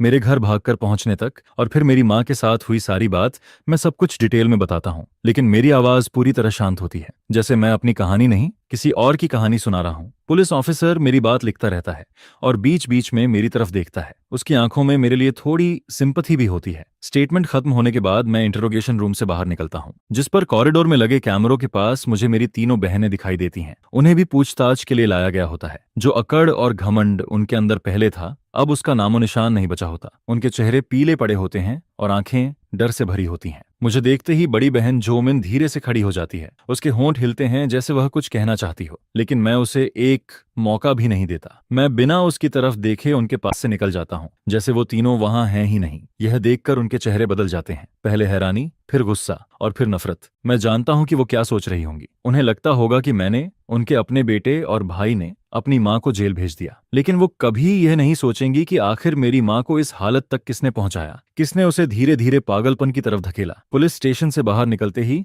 रात बहुत गहरी हो चुकी होती है। ठंडी हवा मेरे चेहरे पर लगती है, लेकिन इतने दिनों में पहली बार मुझे अंदर से हल्का महसूस होता है, जैसे अब सब कुछ साफ हो चुका हो। वहां मेरे लॉयर ब्रदरली पहले से मेरा इंतजार कर रहे होते हैं। वह मेरे कंधे पर हाथ रखते हैं और कहते हैं, सब हैंडल हो गया है। तुम्हारी मां ने जो किया वह अब सिर्फ फैमिली मैटर नहीं रह गया, उसने पब्लिक सेफ्टी को खतरे में डाला है। यह बहुत बड़ा क्राइम है और शायद उसे लंबी सजा होगी, क्योंकि किसी की जान नहीं गई और कोई बड़ा नुकसान भी नहीं हुआ, इसलिए शायद उसे मौत की सजा नहीं मिलेगी। लेकिन जो हुआ उसका असर बहुत बड़ा है। मेरा इमेजिन है कि उसे कम से कम 10 साल की सजा जरूर होगी। 10 साल। मैं अपने मन में यही शब्द बार बार दोहराता हूँ, लेकिन मुझे न दुख होता है न दर्द। सिर्फ ऐसा लगता है जैसे अब सब खत्म हो चुका है। मेरी माँ की बाकी जिंदगी अब जेल की दीवारों के पीछे गुजरेगी और यह रास्ता उसने खुद चुना था। फिर मैं कार में बैठता हूँ और फांगन्या को कॉल करता हूँ। फोन कनेक्ट होते ही उसकी आवाज सुनाई देती है। वह घबराई हुई पूछती है, तुम ठीक हो ना? जिस पर मैं धीरे से कहता हूँ, मैं ठीक हूँ, तुम चिंता मत करो। लेले कहाँ है? वह कहती है, लेले सो चुकी है, मेरे पेरेंट्स हमारे पास आ गए हैं। फिर कुछ सेकंड चुप रहने के बाद वह धीरे से कहती है, चलो यहाँ से चले जाते हैं। अभी एक नया घर खरीदते हैं और इस जगह को छोड़ देते हैं। इन सारी बुरी यादों को पीछे छोड़कर हम फिर से नई जिंदगी शुरू करेंगे। इसके बाद मैं फिर से शुरुआत करता हूँ। मैं फोन को काट देता हूँ, जिस पर मैं कार स्टार्ट करता हूँ। फिर कार धीरे धीरे सिटी की तरफ बढ़ती है और कार की विंडो के बाहर हजारों लाइट्स चमकती नजर आती हैं, जो किसी गैलेक्सी की तरह फैलती जा रही होती हैं। यह देखकर मुझे पता होता है कि इस मोमेंट के बाद मेरा उस सो कॉल्ड घर से कनेक्शन पूरी तरह खत्म हो चुका है। अब मेरे सामने सिर्फ मेरी अपनी राह होती है। एक रोड नई जिंदगी की तरफ जाती है और दूसरी रोड किसी अननोन फ्यूचर की तरफ बढ़ती है, जिसके बाद जिंदगी एक रात में फिर से शांत होती हुई लगती है। लेकिन इसके पीछे अभी भी बहुत कुछ बाकी होता है। मेरी मदर को क्रिमिनल केस में पुलिस ने डिटेन कर लिया था, जिस पर अब वही सख्त पनिशमेंट उसका इंतजार कर रही होती है जो पहले मेरी तरफ मोड़ी जा रही थी। और जो रिलेटिव्स हमेशा इमोशनल प्रेशर डालते थे, वो पूरी तरह चुप हो चुके होते हैं, क्योंकि अब उन्हें डर लगने लगता है। उन्हें डर होता है कि मैं, जो अब किसी को अपना नहीं मानता, कुछ भी कर सकता हूं। जिस पर फेंग या के पेरेंट्स फेंग या और लेले को अपने घर वापस ले जाते हैं ताकि मैं बाकी की चीजों को आराम से हैंडल कर सकूं। इसके बाद मैं अपना करंट हाउस बेचने की तैयारी करता हूं और साथ ही रहने के लिए एक नई जगह ढूंढना शुरू करता हूं, क्योंकि इस बार मैं अपनी वाइफ और डॉटर को एक ऐसा घर देना चाहता हूं जो सच में सेफ और वार्म हो। लेकिन तभी जब मुझे लग रहा होता है कि अब सब कुछ धीरे धीरे ठीक होने वाला है, तभी मेरी तीनों सिस्टर्स एक बार फिर मेरे सामने आ जाती हैं। हालांकि इस बार वो मेरे घर या ऑफिस नहीं आती हैं, बल्कि वो लॉयर ली के थ्रू मुझे एक कैफे में मिलने के लिए बुलाती हैं। मैं पहले जाने का कोई इरादा नहीं रखता हूँ, जिस पर लॉयर ली मुझसे कहता है कि उनका एटीट्यूड इस बार बहुत सिंसियर लग रहा है। शायद वो कंपनसेशन और सेटलमेंट की बात करना चाहती हैं। यह सुनकर सिर्फ इस मैटर को हमेशा के लिए खत्म करने के लिए मैं वहां जाने का फैसला करता हूं। फिर जब मैं कैफे में पहुंचता हूं तो मैं देखता हूं कि वो तीनों पहले से वहां बैठी होती हैं, लेकिन सिर्फ कुछ दिनों में ही वो ऐसी लग रही होती हैं जैसे उन पर 10 साल गुजर गए हों। उनके चेहरे की पुरानी चमक पूरी तरह गायब हो चुकी होती है। उसकी जगह सिर्फ थकान और टूटापन नजर आता है। उनकी आंखें अंदर धंस चुकी होती हैं और उनके चेहरे पर सिर्फ सुन्नपन दिखाई देता है, जिस पर जैसे ही वो मुझे देखती हैं वो जल्दी से खड़ी हो जाती हैं। लेकिन मैं कुछ नहीं बोलता हूँ और जाकर उनके सामने बैठ जाता हूँ। लॉयरली भी मेरे बगल में बैठ जाता है। फिर बड़ी सिस्टर धीरे धीरे कहती है, झोरान, हम तुमसे माफी मांगने आए हैं। हमने बहुत गलत किया, हम सब ने गलती की। हमें पैसों के पीछे इतना पागल नहीं होना चाहिए था और हमें तुम्हारे साथ ऐसा बिहेव नहीं करना चाहिए था। जिस पर थर्ड सिस्टर जो यान, जो पहले सबसे ज्यादा एरोगेंट रहती थी, अब सिर झुकाकर चुप बैठी रहती है। उसकी उंगलियां नर्वस होकर टेबल के किनारे को कसकर पकड़ रही होती हैं। मैं उनकी हालत देखता हूँ, लेकिन मेरे दिल में जरा सा भी फर्क नहीं पड़ता है। फिर मैं सीधा कहता हूँ, तुम लोगों को माफी मांगने की जरूरत नहीं है। अगर सिर्फ यही बोलने के लिए बुलाया है तो मैं अभी जा सकता हूँ। यह सुनकर झोरान की बड़ी सिस्टर जल्दी से कहती है, नहीं, हम सच में अपनी गलती मानते हैं। हम वो सारे पैसे वापस देने को तैयार हैं, पूरे 6 मिलियन। हमें 1 रुपया भी नहीं चाहिए। हम सब कुछ तुम्हें दे देंगे, बस तुम पुलिस से कह दो कि हमारी मदर को इस बार माफ कर दें। तुम एक फॉरगिवनेस लेटर लिख दो। फिर वो रोते हुए कहती है, वो बूढ़ी हैं, उनकी तबीयत भी अच्छी नहीं रहती। अगर उन्हें सच में जेल जाना पड़ा तो वो वहां मर जाएंगी। और तभी मुझे समझ आता है कि वो लोग आखिर चाहते क्या हैं। वो लोग पैसों के बदले किसी की फ्रीडम खरीदना चाहते हैं। वही पैसे जो पहले ग्रीड और रिश्वत से भरे हुए थे, अब उसी के बदले वो अपनी मदर की फ्रीडम खरीदना चाहती हैं। जिस पर मैं हंस देता हूं और फिर कहता हूं, बिग सिस्टर, शायद तुमसे बहुत बड़ी गलती हो रही है। मेरी मदर ने कोई फैमिली डिस्प्यूट नहीं किया है, उसने पब्लिक सेफ्टी के खिलाफ क्राइम किया है। उसने सिर्फ मुझे थ्रेटेन नहीं किया था, उसने उस पूरी बिल्डिंग के लोगों की जान खतरे में डाल दी थी। फिर मैं उनकी तरफ देखकर कहता हूँ, मेरे एक फॉरगिवनेस लेटर से कुछ नहीं बदलेगा, कोर्ट अपना फैसला खुद करेगी। यह सुनकर वो घबराकर पूछती है, तो क्या क्या मदर सच में जेल चली जाएंगी? जिसके जवाब में मैं बिना किसी इमोशन के कहता हूँ, हाँ, और वो उसी लायक हैं। जिस दिन वो गैस सिलेंडर लेकर मेरे घर के बाहर बैठी थी और मेरी वाइफ और डॉटर की सेफ्टी को थ्रेटन कर रही थी, उसी दिन वो मेरे लिए मर चुकी थी। इसके बाद मैं अपनी तीनों सिस्टर्स की तरफ देखता हूँ और कहता हूँ, और तुम लोग भी कम जिम्मेदार नहीं हो, तुम लोगों ने ही उन्हें इस हालत तक पहुंचाया है। जब डेमोलिशन का पैसा मिला था तब तुम सबने पैसे आपस में बांट लिए थे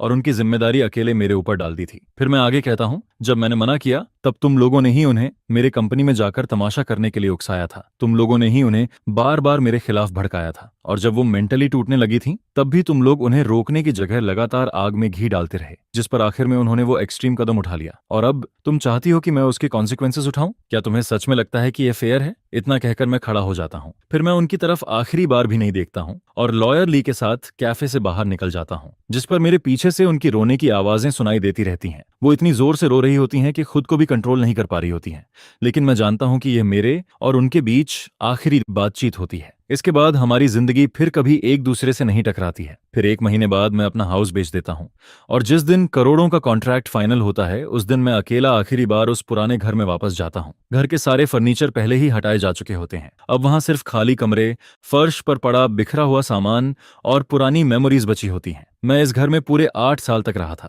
मुझे लगता था कि यह मेरी मेहनत का रिजल्ट है, यह मेरी सक्सेस और ग्लोरी की निशानी है। लेकिन अब यह घर सिर्फ झगड़ों, बेट्रेल और दर्द की जगह बन चुका होता है, और मेरे दिल में उसके लिए जरा सा भी लगाव नहीं बचा होता। इसके बाद मैं और फेंगिया सिटी के दूसरे साइड में एक बड़ा हाउस खरीदते हैं। वहां का स्कूल डिस्ट्रिक्ट भी पहले से अच्छा होता है और एनवायरनमेंट भी काफी शांत होता है। लेले बहुत खुश होती है क्योंकि उसके पास पहली बार अपना एक प्रिंसेस रूम होता है जिसमें बड़ी सी विंडो लगी होती है, और फेंगिया भी खुश होती है क्योंकि अब उसके पास अपना एक स्टडी रूम होता है जिसमें हर समय धूप आती रहती है, जिस पर हमारी जिंदगी धीरे धीरे फिर से नॉर्मल होने लगती है। इसके बाद मेरी मदर का केस जुडिशियल प्रोसेस में एंटर कर जाता है और अब फैसला आने में सिर्फ समय बाकी होता है। फिर मुझे सुनने को मिलता है कि मेरी तीनों सिस्टर्स ने अपना पुराना घर बेच दिया है और वो इस सिटी को छोड़कर कहीं और चली गई हैं, शायद इसलिए क्योंकि अब वो इस शहर में सिर उठाकर नहीं रह सकती थी। लेकिन वो कहाँ गई मुझे नहीं पता, और सच कहूं तो मैं जानना भी नहीं चाहता हूं, क्योंकि अब हम दोनों ऐसी दो सीधी लाइंस बन चुके होते हैं जो थोड़ी देर के लिए एक दूसरे से टकराती हैं और फिर हमेशा के लिए अलग हो जाती हैं। मैं एक दूर डायरेक्शन में भागता हुआ आता हूँ और अपने नए घर के सामने रुकता हूँ, जिस पर मुझे अचानक अपने पुराने घर की याद आती है। मैं सोचता हूँ कि वहां जाकर पापा की छोड़ी हुई कुछ चीजें ले आऊं, क्योंकि वो पुराना घर जिसमें मेरा पूरा बचपन बीता था अब जल्दी ही गिराया जाने वाला होता है। फिर मैं पुराने घर में जाता हूँ और सीढ़ियां चढ़कर ऊपर पहुंचता हूँ, जिसके बाद मुझे एक धूल से भरा बॉक्स मिलता है। मैं उसका लॉक खोलता हूँ और उसके अंदर पापा की पुरानी चीजें रखी हुई हैं की हुई दिखाई देती हैं। कुछ पुराने कपड़े जो इतने धुल चुके होते हैं कि उनका रंग तक उड़ चुका होता है, एक पुराना टंग सी का कप जिसे वो कई सालों से यूज करते आ रहे थे, कुछ मॉडल वर्कर वाले मेडल और उनका फेवरेट चेस पीस। मैं उन चीजों को एक एक करके बाहर निकालता हूँ और धीरे धीरे उन पर जमी धूल साफ करने लगता हूँ, जिस पर मेरे दिमाग में पुरानी यादें आने लगती हैं। मेरे पापा बहुत कम बोलने वाले इंसान थे। वो अपनी फीलिंग्स कभी वर्ड्स में नहीं बताते थे, लेकिन हमेशा अपने एक्शन से मुझे प्यार फील करवाते थे। वो अपने खुरदरे बड़े हाथों से मेरे लिए एक सुंदर सा एप्पल छीलते थे, और जब भी मैं एग्जाम में अच्छे मार्क्स लाता था तो वो चुपके से मुझे साइड में ले जाकर पॉकेट मनी के लिए कुछ एक्स्ट्रा पैसे दे देते थे। फिर वो अपनी पुरानी टूटी हुई साइकिल पर मुझे बैठाकर एक गली से दूसरी गली तक घुमाते रहते थे। यह सब सोचते सोचते मेरी आंखें नम होने लगती हैं। मैं धीरे से कहता हूँ,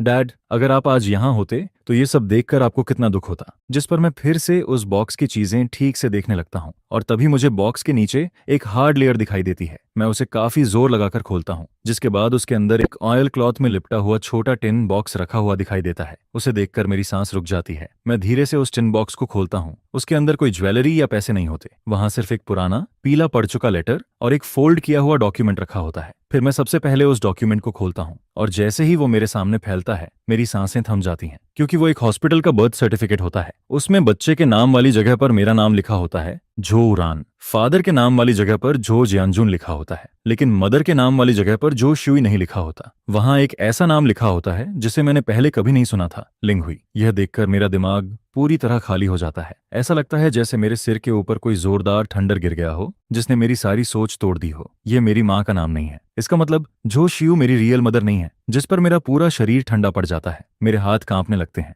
फिर मैं उस पुराने लेटर को उठाता हूँ। वो लेटर मेरे पापा ने लिंगुई नाम की उस औरत के लिए लिखा था, या शायद लिखना चाहा था, लेकिन कभी भेज नहीं पाए। उस लेटर की हैंडराइटिंग बिल्कुल वही होती है जिसे मैं बचपन से पहचानता हूँ। उसमें लिखा होता है, हुई, मुझे माफ कर दो, मुझे तुम्हारे साथ और अनगिरान के साथ बहुत गलत करना पड़ा। शुई को सब पता चल गया था। उसने बहुत हंगामा किया। उसने कहा कि अगर मैंने तुमसे रिश्ता खत्म नहीं किया तो वो तुम्हारे काम की जगह पर जाकर तमाशा करेगी और तुम्हारी जिंदगी बर्बाद कर देगी। मैं बहुत कमजोर निकला, मैं डर गया था, इसलिए मैं सिर्फ तुम्हें छोड़ने का फैसला कर पाया। लेकिन मैं रन रन को अपने बेटे की तरह पालूंगा, तुम फिक्र मत करना। इस जिंदगी में मैं तुम्हारा हमेशा कर्जदार रहूंगा। एक लेटर के बाद दूसरा लेटर होता है और उन सारे लेटर्स में मेरे पापा की पूरी जिंदगी का पछतावा, डर और गिल्ट भरा हुआ होता है, जिस पर आखिरकार मुझे 30 साल से भी ज्यादा पुराना सच पता चलता है। मैं जो शियू का बेटा था ही नहीं, मैं अपने पापा और किसी दूसरी औरत का बेटा था। झाओ शुई ने मुझे बड़ा जरूर किया, लेकिन उसने कभी मुझे माँ की तरह प्यार नहीं किया। उसने मुझे सिर्फ इसलिए पाला क्योंकि वो मेरे पापा को कंट्रोल करना चाहती थी और मुझे हमेशा एक आउटसाइडर की तरह नफरत करती थी। अब मुझे समझ आता है कि बचपन से उसने मेरे साथ इतना बुरा बिहेव क्यों किया। अब मुझे समझ आता है कि उसने अपना सारा प्यार सिर्फ अपनी तीनों बेटियों को क्यों दिया।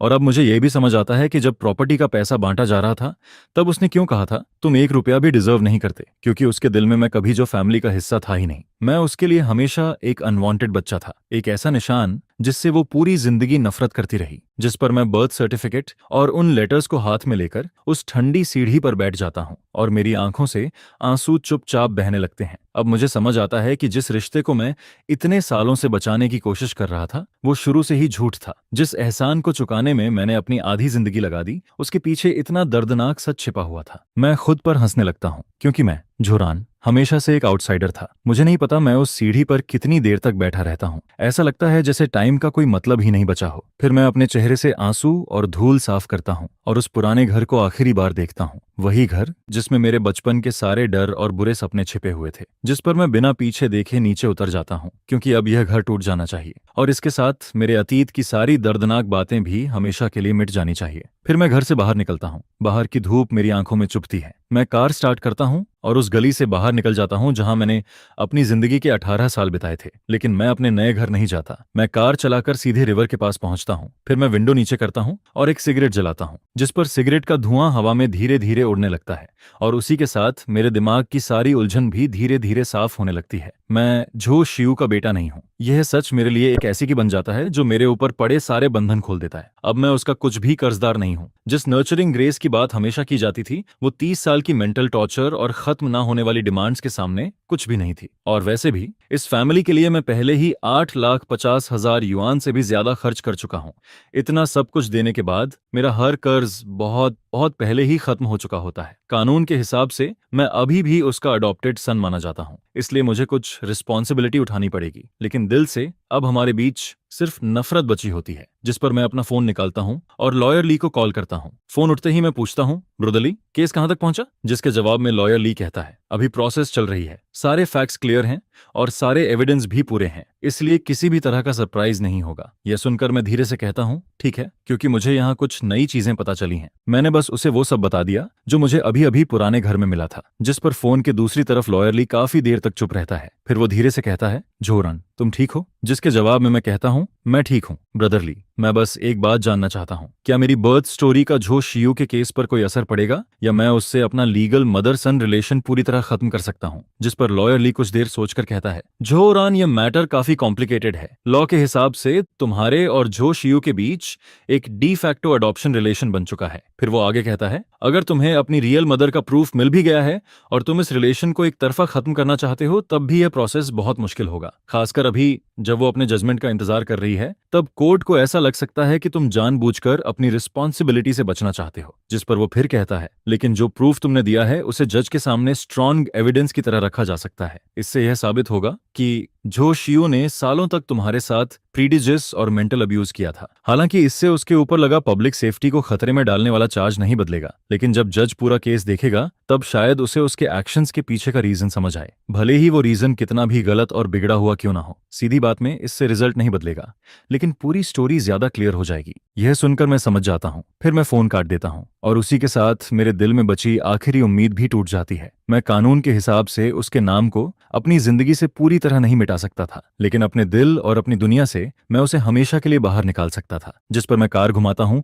और सीधे अपने ससुराल पहुंच जाता हूँ। जैसे ही फेंगिया और लेले मुझे देखती हैं, वो तुरंत मेरी तरफ आ जाती हैं। फेंगिया पूछती है, तुम वापस कैसे आ गए? तुम्हारा फोन नहीं लग रहा था। जिस पर लेले मेरी आंखों की तरफ देखकर पूछती है, डैड, आपकी आंखें लाल क्यों हैं? मैं हल्का सा मुस्कुराता हूँ और कहता हूँ, डैड ठीक है, बस थोड़ा टायर्ड है। लेकिन मैं अपने शरीर को हल्का सा कांपता हुआ फील कर रहा होता हूँ और मुझे पता होता है कि सिर्फ यही जगह है जहां मैं अपना सारा दिखावा उतार सकता हूँ। डिनर के दौरान मैं पूरी तरह खोया हुआ बैठा रहता हूँ। मेरे सास ससुर समझ जाते हैं कि मेरे साथ कुछ ठीक नहीं है, लेकिन वो मुझसे कुछ नहीं पूछते। जिस पर फेंक या बार बार मेरी प्लेट में खाना रखती रहती है। उसकी आंखों में सिर्फ चिंता दिखाई दे रही होती है। फिर रात को जब लेले सो जाती है, तब मैं और फेंक या अपने कमरे में वापस आते हैं। मैं दरवाजा बंद करता हूँ और अपने बैग से वो छोटा टिन बॉक्स निकालता हूँ। फेंक या मुझे हैरानी से देखती है और पूछती है, ये क्या है? लेकिन मैं कुछ नहीं बोलता। मैं बस बॉक्स खोलता हूँ और उसके अंदर रखा बर्थ सर्टिफिकेट और वो लेटर्स उसके हाथ में दे देता हूँ। जिस पर फेंक या बेड के पास वाली लाइट में उन्हें धीरे धीरे पढ़ने लगती है। पूरा कमरा बिल्कुल शांत हो जाता है। सिर्फ पेजेस पलटने की आवाज और हमारी भारी होती सांसें सुनाई दे रही होती हैं। मैं उसके चेहरे को देख रहा होता हूँ। पहले उसके चेहरे पर कंफ्यूजन होता है, फिर वो शॉक में बदल जाता है। उसके बाद डिसेबिलिफ दिखाई देने लगती है और आखिर में उसकी आंखों में सिर्फ दर्द रह जाता है। फिर वो सिर उठाती है। उसकी आंखें लाल हो चुकी होती हैं। जिस पर वो धीरे से कहती है, जो भी पहले हुआ उसे भूल जाओ। आगे तुम्हारे साथ मैं हूँ। तुम जरूर खुश रहोगे क्योंकि हम ही तुम्हारी रियल फैमिली हैं। उस रात हम बहुत देर तक बात करते हैं। मैं उसे वो सब बता देता हूँ जिसे मैं इतने सालों से जानबूझकर भूलने की कोशिश कर रहा था। वो सारी बातें, वो सारे डिटेल्स और वो सारे जख्म जिन्हें मैं जबरदस्ती अपने अंदर दबाए हुए था। जिस पर इतने सालों से छिपे हुए वो जख्म फिर से खुल जाते हैं। और हालांकि यह बहुत दर्द देता है, लेकिन पहली बार मुझे ऐसा लगता है कि उन पर धूप पड़ रही है। फेंक यह सबसे अच्छी लिसनर साबित होती है। वो मुझे बार बार समझाने या बड़ी बड़ी बातें करने की कोशिश नहीं करती। वो बस चुपचाप मेरी बातें सुनती रहती है और अपनी सॉफ्टनेस और समझ से धीरे धीरे मेरे दिल के जख्म भरने लगती है। फिर जब सुबह होने वाली होती है, तब हम एक दूसरे को पकड़कर सो जाते हैं और उस रात मुझे बहुत दिनों बाद सुकून की नींद आती है। जब मेरी आंख खुलती है, तब कमरे में धूप फैल चुकी होती है और मेरे दिल का अंधेरा भी जैसे थोड़ा थोड़ा कम होने लगता है। जिस पर हम फैसला करते हैं कि अभी के लिए हम मेरी रियल मदर लिंगुई को ढूंढने की कोशिश नहीं करेंगे, क्योंकि उस वक्त जो कुछ हुआ था वो बहुत कॉम्प्लिकेटेड था।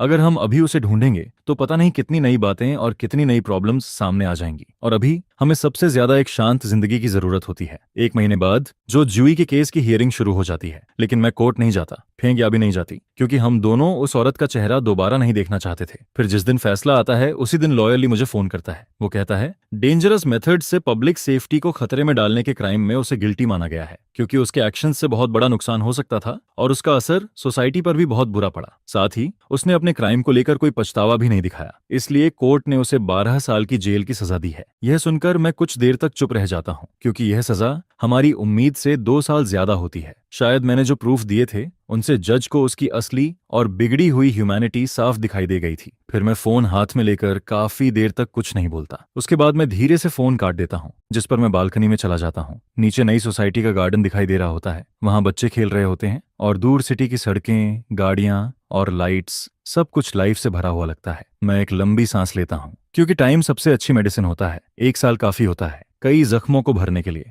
कई पुरानी यादों को धुंधला करने के लिए। अब हमारा नया घर सच में घर जैसा लगने लगा था। वहां हर तरफ वार्मथ और कंफर्ट फील होता था। हर कोने में फेंक या की मुस्कान और लेले की हंसी गूंजती रहती थी। इसके साथ ही मेरा करियर भी पहले से बेहतर होता जा रहा था। पहले जो फैमिली ड्रामा हुआ था, उसका मेरे काम पर कोई बुरा असर नहीं पड़ा, बल्कि कंपनी के सीनियर लोगों ने पहली बार मेरा रिस्पॉन्सिबल और स्ट्रांग साइड देखा था। जिस पर कुछ समय बाद मुझे कंपनी का एग्जीक्यूटिव वाइस प्रेसिडेंट बना दिया जाता है और मुझे एक बहुत बड़े नए प्रोजेक्ट की रिस्पॉन्सिबिलिटी भी मिल जाती है। अब मैं पहले से ज्यादा बिजी रहता हूँ, लेकिन मेरे दिल में पहले से ज्यादा शांति होती है, क्योंकि अब मैं किसी खाली और झूठे घर के लिए नहीं लड़ रहा था। अब मैं अपनी वाइफ, अपनी डॉटर और अपने छोटे से रियल फैमिली के लिए मेहनत कर रहा था। इसके बाद फेंक या अपनी पुरानी जॉब छोड़ देती है और फ्रीलांस ट्रांसलेटर बन जाती है। साथ ही वो फैमिली और पेरेंट चाइल्ड एजुकेशन पर आर्टिकल्स भी लिखने लगती है। अब हमारे पास लेले के साथ स्पेंड करने के लिए पहले से कहीं ज्यादा टाइम होता है। वीकेंड पर हम सब साथ में कंट्री साइड जाते हैं, वहां पिकनिक करते हैं।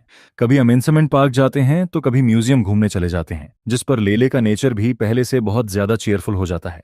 उसके चेहरे पर हर समय एक मासूम सी स्माइल रहती है। मैं जब फेंक या और लेले के चेहरे पर वो स्माइल देखता हूँ, तब मुझे लगता है कि मुझे जिंदगी में बस यही चाहिए था। और जो भी बुरी बातें थीं, जो भी दर्द और तकलीफ थी, ऐसा लगता है जैसे वो सब अब हमसे बहुत दूर छूट चुकी होती हैं। जो जुई अभी भी जेल में अपनी सजा काट रही होती है, और मेरी तीनों सिस्टर्स के बारे में मुझे बस इतना सुनने को मिलता है कि उन्होंने ओल्ड हाउस बेचने के बाद और जो भी एसेट्स बची थी उन्हें बांटने के बाद पूरी तरह गायब हो गईं, जिस पर उन्होंने दोबारा कभी मुझसे कांटेक्ट आउट नहीं किया। और सच कहूं तो मुझे भी यही ठीक लगता है। फिर वो आयरन बॉक्स जिसमें मेरी जिंदगी का सबसे बड़ा सीक्रेट छिपा हुआ था, मैं उसे स्टडी रूम के सेफ में बंद कर देता हूँ। मैं उसे बहुत कम बाहर निकालता हूँ क्योंकि मैं चाहता हूँ कि वो सीक्रेट हमेशा के लिए वहीं दबा रहे। मैं अब किसी और ट्रुथ को जानना नहीं चाहता। मेरे लिए माँ अब फेंग या की माँ होती हैं, लेले की ग्रैंड मदर, वो इंसान जो हमेशा हमारे लिए खाना बनाती हैं, जो हमारे बीमार होने पर हमारी केयर करती हैं। बस मेरे लिए वही काफी होता है, जिस पर जिंदगी धीरे धीरे बिल्कुल शांत हो जाती है, एक ऐसी झील की तरह जिसमें कोई लहर नहीं होती। और मुझे लगने लगता है कि अब जिंदगी हमेशा ऐसे ही चलेगी,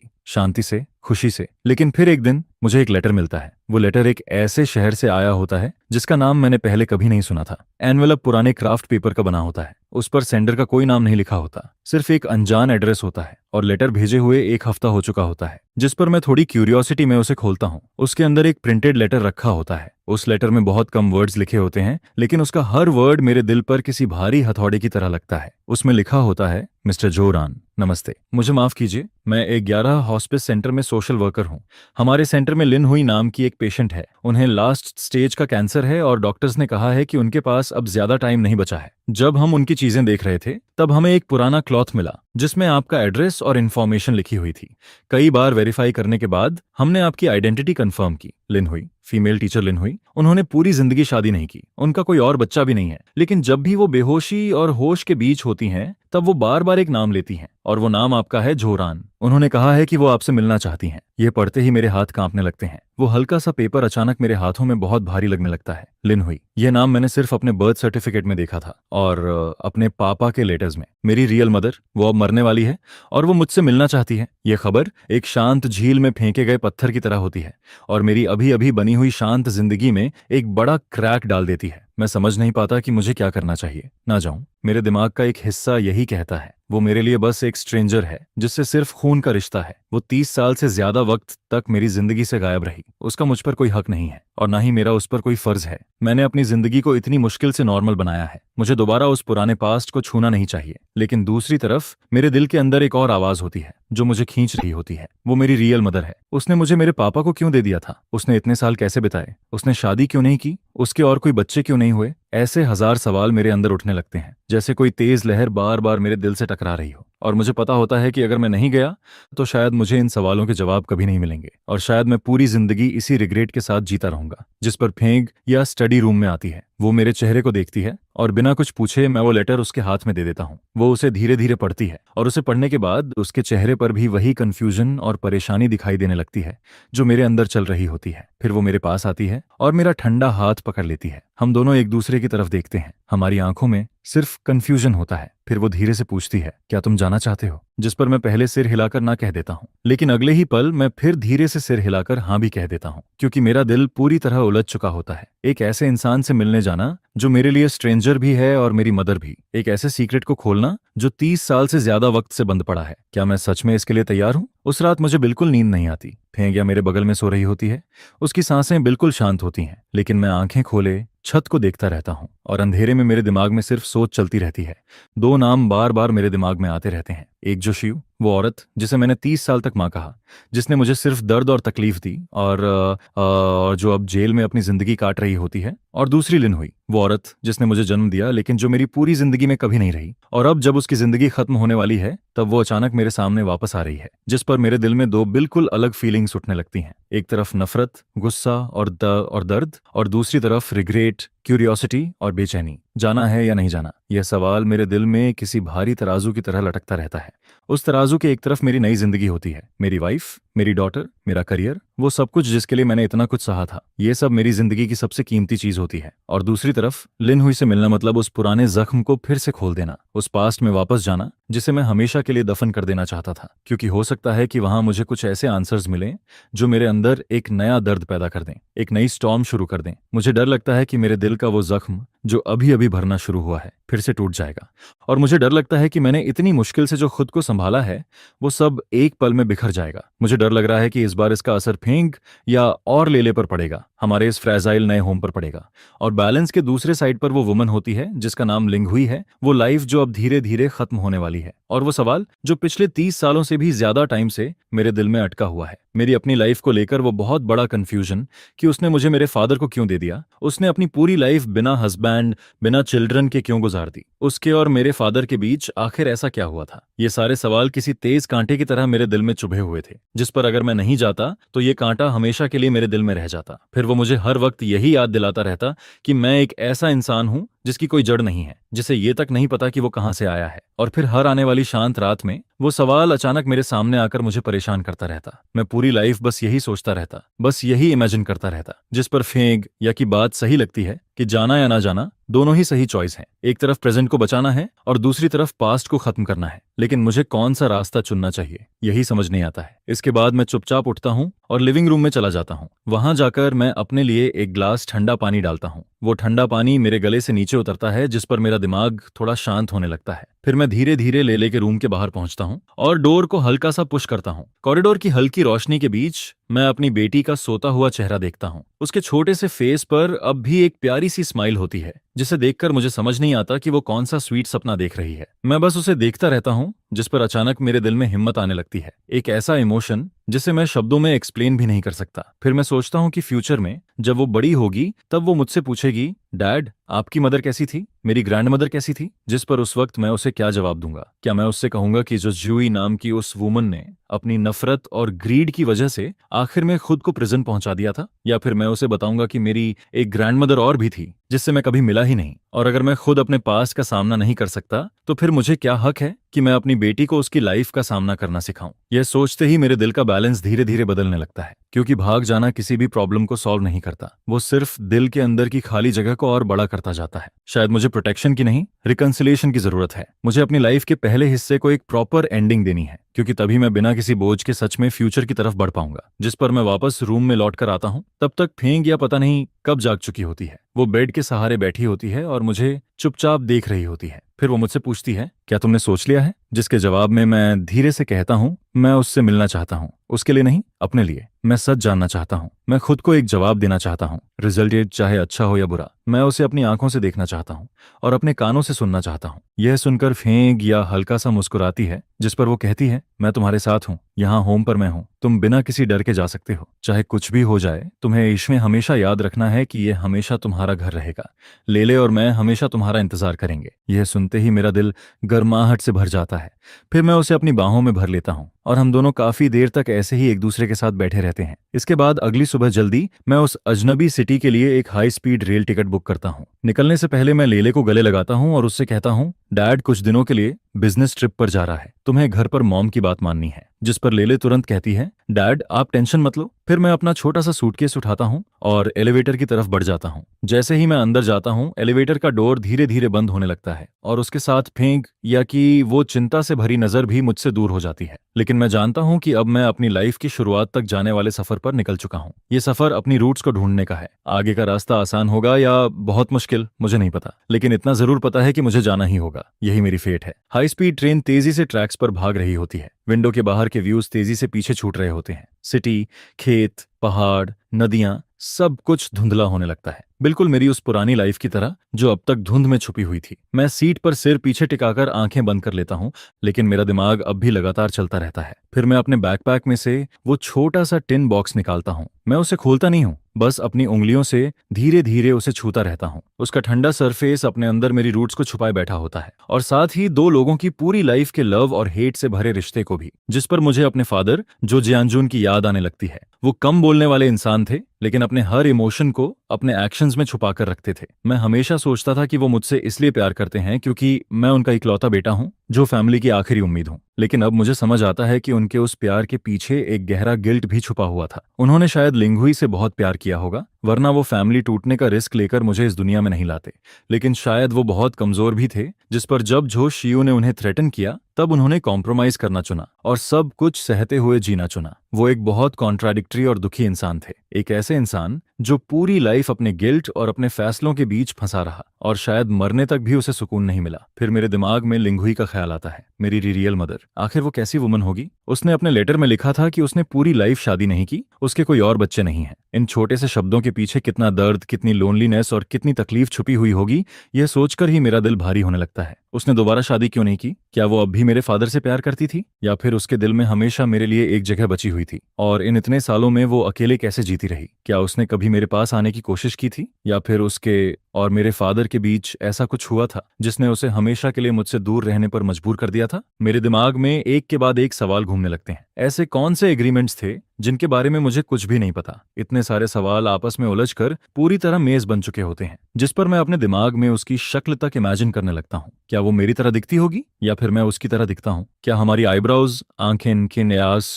नाक और होंठ एक जैसे होंगे? यही इमेजिनेशन मेरे अंदर एक अजीब सा एहसास पैदा करने लगती है, जिसमें थोड़ा एक्साइटमेंट होता है और थोड़ा डर भी, जिस पर मैं यही सोचता रहता हूं कि जब सच सामने आएगा तब मैं कैसा फील करूंगा। क्या मेरे अंदर गुस्सा होगा, नफरत होगी, या फिर सिर्फ सिंपथी होगी? तभी ट्रेन के अनाउंसमेंट की आवाज मेरे ख्यालों को बीच में रोक देती है, जिस पर मैं अपनी आंखें खोलता हूं और विंडो के बाहर देखता हूं। मेरे सामने एक बिल्कुल अजनबी सिटी होती है, ऊंची ऊंची बिल्डिंग्स, ट्रैफिक और लोगों की भीड़। यही वो सिटी होती है जहां मेरी बायोलॉजिकल मदर रहती थी। मैं इतने सालों तक उसके इतने करीब होकर भी उसके बारे में कुछ नहीं जानता था। ये सोचकर मुझे फील होता है कि फेट सच में बहुत अजीब और क्रूअल चीज होती है। इसके बाद मैं स्टेशन से बाहर निकलता हूँ, एक टैक्सी लेता हूँ और सीधे अनिंग लियोहू सेंटर की तरफ निकल जाता हूँ। रास्ते भर मैं बाहर की अनजान सड़कों को देखता रहता हूँ, जिस पर मेरे दिल में यही ख्याल आता है कि शायद इन रास्तों पर वो भी कभी चली होगी, शायद उसने भी यही नज़ारे देखे होंगे। हम दोनों के बीच 30 साल से ज्यादा का फासला था, लेकिन फिर भी किसी अजीब तरीके से हम दोनों के बीच एक कनेक्शन बना हुआ था। करीब आधे घंटे बाद टैक्सी शहर के बाहर एक शांत से सबर्ब में जाकर रुकती है। मेरे सामने एक सफेद बिल्डिंग खड़ी होती है, उसके चारों तरफ हरे पेड़ लगे होते हैं और गेट पर एक बोर्ड लगा होता है जिस पर अनिंग लियोहू सेंटर लिखा होता है। उस बोर्ड पर लिखा हुआ ट्रैंक्विलिटी का मतलब इस वक्त मुझे बहुत अजीब लगता है, क्योंकि मेरे दिल के अंदर तो बिल्कुल भी शांति नहीं होती। मैं टैक्सी का पैसा देता हूँ और नीचे उतरकर उस बिल्डिंग के बाहर खड़ा हो जाता हूँ, लेकिन मैं काफी देर तक अंदर नहीं जाता, क्योंकि यही मेरे सफर का आखिरी पड़ाव होता है। उस दरवाजे के दूसरी तरफ मेरी रियल मदर होती है और उसी के साथ मेरी आधी जिंदगी का सच भी छुपा हुआ होता है। मुझे बस उस ग्लास डोर को धक्का देना होता है और सब कुछ सामने आ जाता, लेकिन मेरे पैर जैसे वहीं जम जाते हैं। ऐसा लगता है जैसे मेरे पूरे शरीर पर बहुत भारी बोझ रख दिया गया हो, जिसे मैं हटा नहीं पा रहा हूँ। मैं डर रहा होता हूँ, जिस पर मुझे एहसास होता है कि कुछ सच्चाइयां जितनी करीब आती हैं, इंसान उतना ही ज्यादा डरने लगता है। मैं करीब 10 मिनट तक वहीं खड़ा रहता हूँ। गेट पर खड़ा सिक्योरिटी गार्ड भी मुझे अजीब नजरों से देख रहा होता है। फिर मैं एक लंबी सांस लेता हूँ और खुद को संभालता हूँ। अब पीछे हटने का कोई रीजन नहीं बचा होता, जिस पर मैं अपना थोड़ा बिखरा हुआ कॉलर ठीक करता हूँ और उस भारी डोर को पुश करके अंदर चला जाता हूँ। अंदर का हॉल बिल्कुल शांत होता है। हवा में हल्की सी मेडिसिन और डिसइंफेक्टेंट की स्मेल फैली होती है। फ्रंट डेस्क पर नर्स की यूनिफॉर्म पहने एक यंग लड़की बैठी होती है। मुझे देखते ही वो प्रोफेशनल तरीके से स्माइल करती है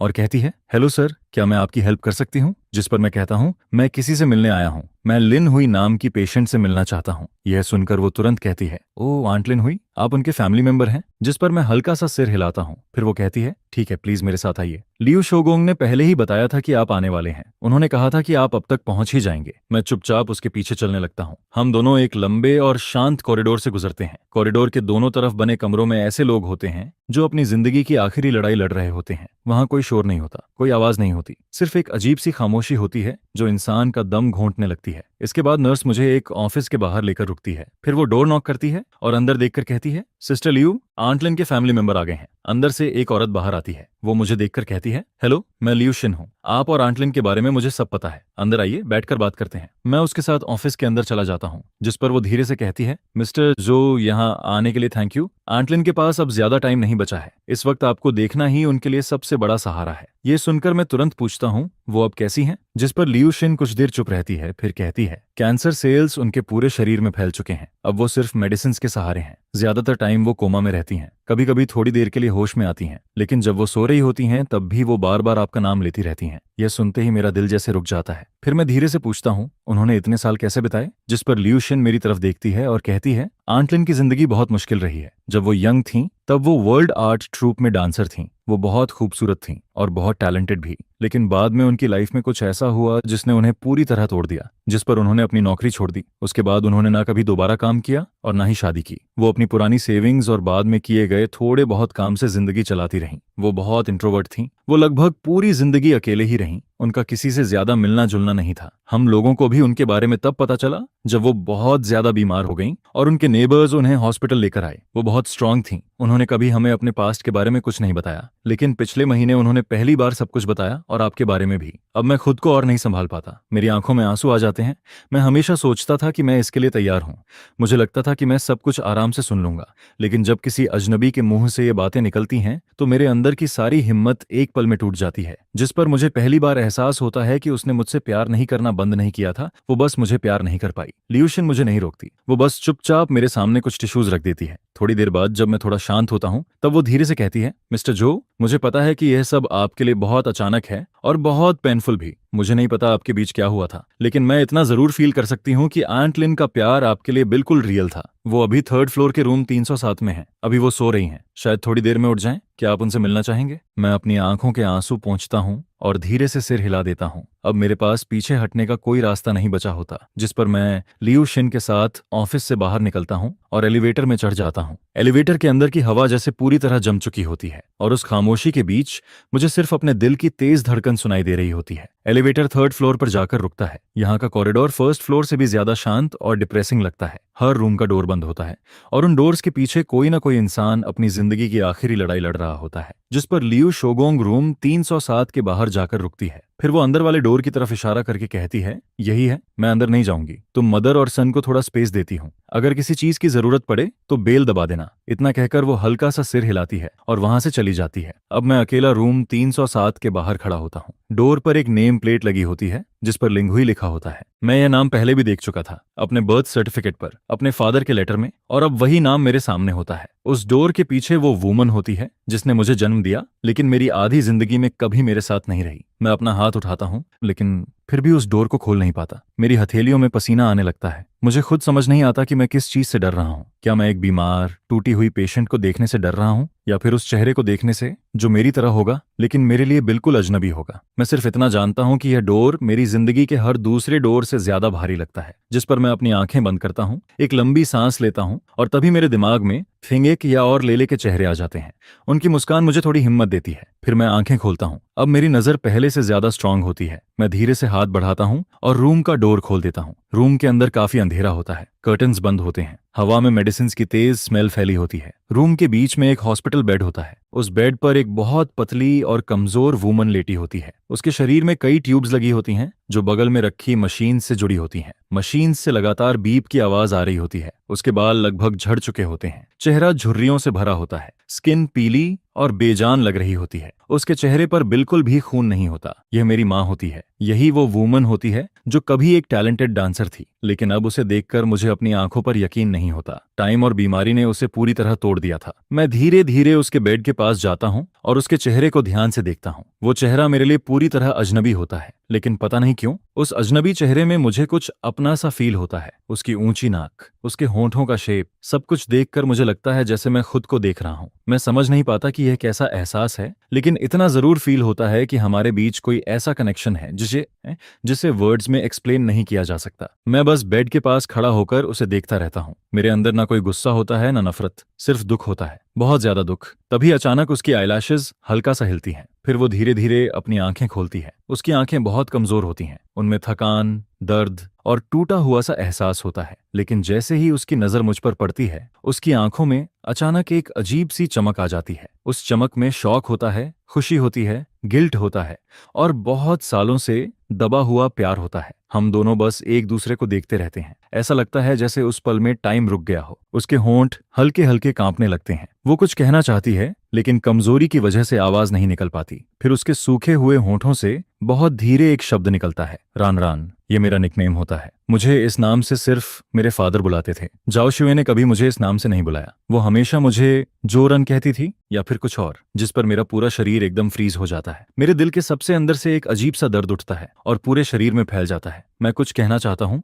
लेकिन मेरे गले से आवाज ही ही नहीं निकलती। मैं समझ नहीं पाता कि उसे क्या कहूँ। मिसेस लिन, आंट, या फिर वो वर्ड जिसे मैंने कभी नहीं कहा लेकिन जो मेरी जिंदगी में सबसे ज्यादा इंपॉर्टेंट था। मैं उसे मां नहीं कह पाता, जिस पर उसकी आंखों से आंसू और तेजी से निकलने लगते हैं। उसके आंसू उसकी झुर्रियों वाली आंखों से बहते हुए तकिए पर गिरने लगते हैं। वो बहुत मुश्किल से अपना हाथ उठाने की कोशिश करती है, जिस पर मैं बिना सोचे अपना हाथ आगे बढ़ा देता हूँ और उसका हाथ पकड़ लेता हूँ। उसका हाथ बहुत पतला, सूखा और बिल्कुल ठंडा होता है, लेकिन मेरी हथेली में वो हल्का हल्का कांप रहा होता है। वो मेरे हाथ को पकड़कर धीरे से कहती है, तुम बिल्कुल अपने फादर जैसे हो। यह सुनते ही मेरे दिल में फिर से दर्द उठता है। फिर आखिरकार मुझे अपनी आवाज मिलती है। मेरी आवाज कांप रही होती है और बहुत कमजोर लग रही होती है। मैं उससे पूछता हूँ, क्यों? आपने ऐसा क्यों किया? आपने मुझे जन्म क्यों दिया? अगर आपको मुझे अपने पास नहीं रखना था, आपने मुझे उस औरत के पास क्यों भेज दिया? आपने मुझे 30 साल तक ये फील क्यों करवाया कि मैं किसी की गलती हूँ? ये सारे सवाल इतने सालों से मेरे अंदर दबे हुए होते हैं और अब मैं उनके जवाब चाहता हूँ। मैं ऐसा जवाब चाहता हूँ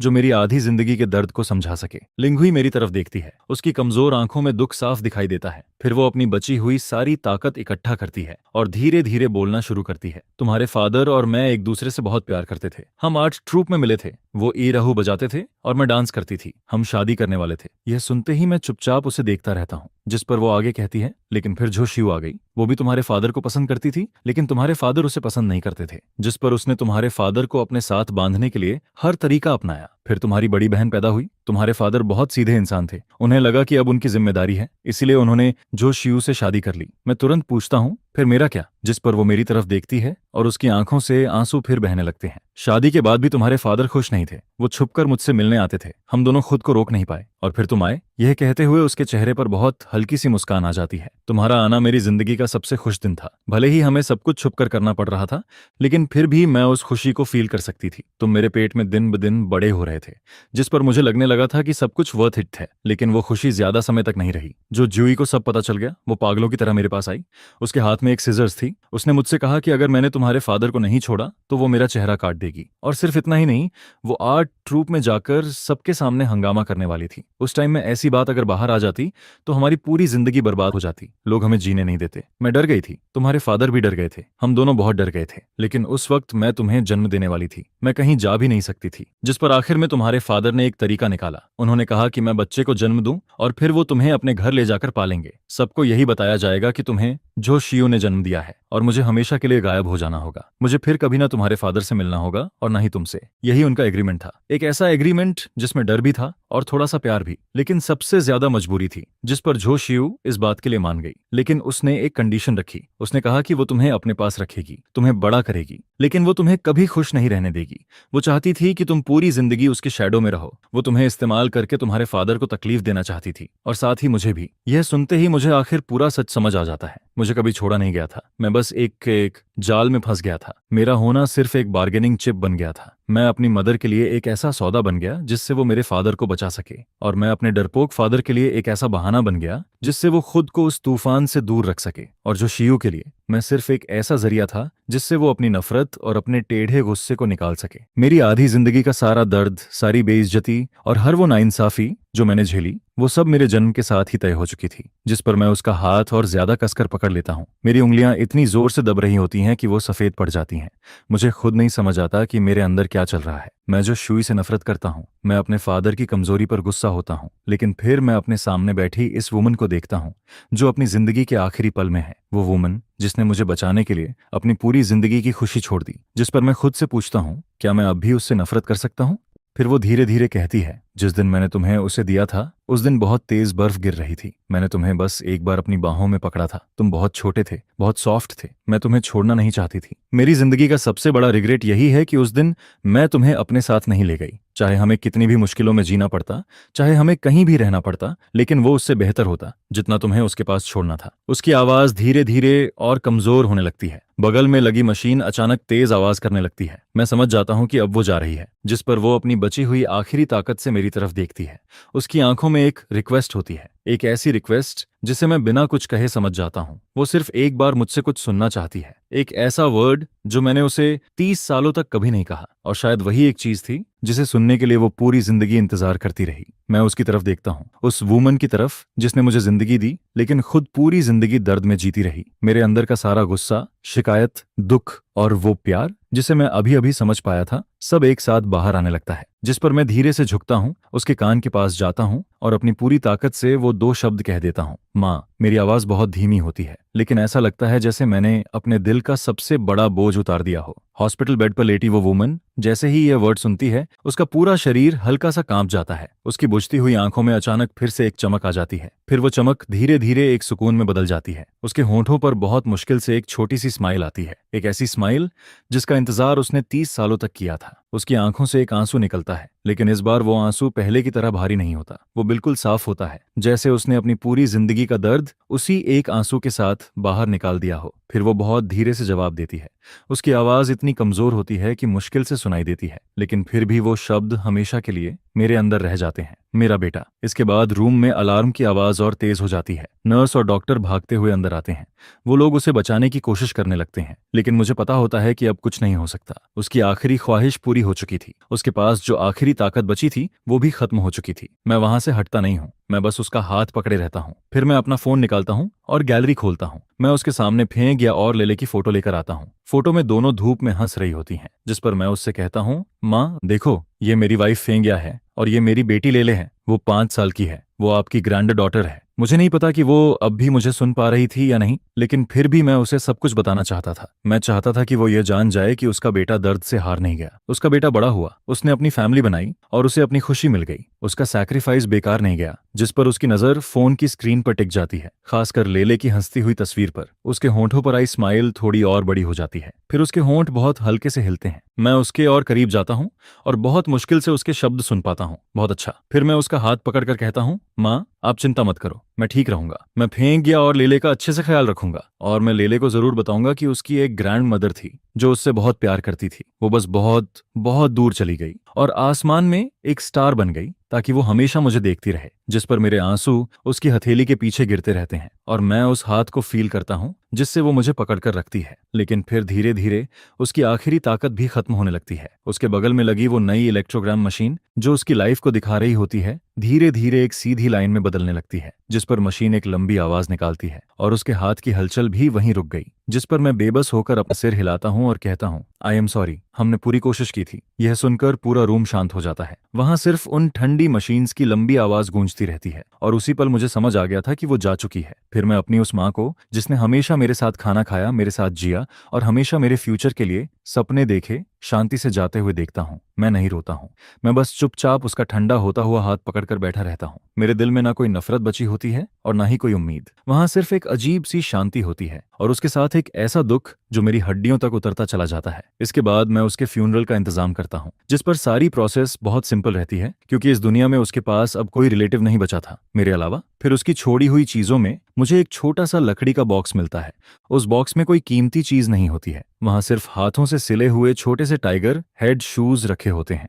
वो शूज पुराने जरूर थे, लेकिन अभी भी बहुत संभाल कर रखे गए थे। उनके सोल पर लाल धागे से 2 छोटे वर्ड्स खड़े हुए होते हैं, जिस पर बॉक्स के सबसे नीचे मुझे एक पुरानी पीली पड़ चुकी ब्लैक एंड व्हाइट फोटो मिलती है। उस फोटो में एक जवान लड़की डांस कॉस्ट्यूम पहने खड़ी होती है और उसकी आंखें और चेहरा बिल्कुल मेरी तरह लगते हैं। उस फोटो के पीछे छोटे छोटे वर्ड्स लिखे होते हैं, may there be no children, peace and joy in a lifetime. और जिस दिन उस पर साइन किया गया था वही दिन था जिस दिन मैं पैदा हुआ था। यह देखकर मैं उन टाइगर शूज को कसकर पकड़ लेता हूं और फोटो को देखता रहता हूं, जिस पर मेरी आंखों से आंसू एक बार फिर गिरने लगते हैं। तब मुझे समझ आता है कि पिछले 30 सालों से भी ज्यादा समय तक मेरी जानकारी के बिना वो मुझे इसी तरह प्यार करती रही थी और उसने मुझे कभी अपनी जिंदगी से दूर नहीं किया था। इसके बाद मैं उसके लिए एक शांत पहाड़ी पर, जहां से सूरज निकलता हुआ साफ दिखाई देता है, एक जगह चुनता हूं और उसके फ्यूनरल वाले दिन वहां सिर्फ मैं अकेला खड़ा होता हूं। फिर मैं उस छोटे टिन बॉक्स को, जिसमें उसकी जिंदगी का सीक्रेट, मेरे पिता का लेटर और वो टाइगर शूज रखे होते हैं, उसकी राख के साथ रख देता हूं और धीरे से कहता हूं,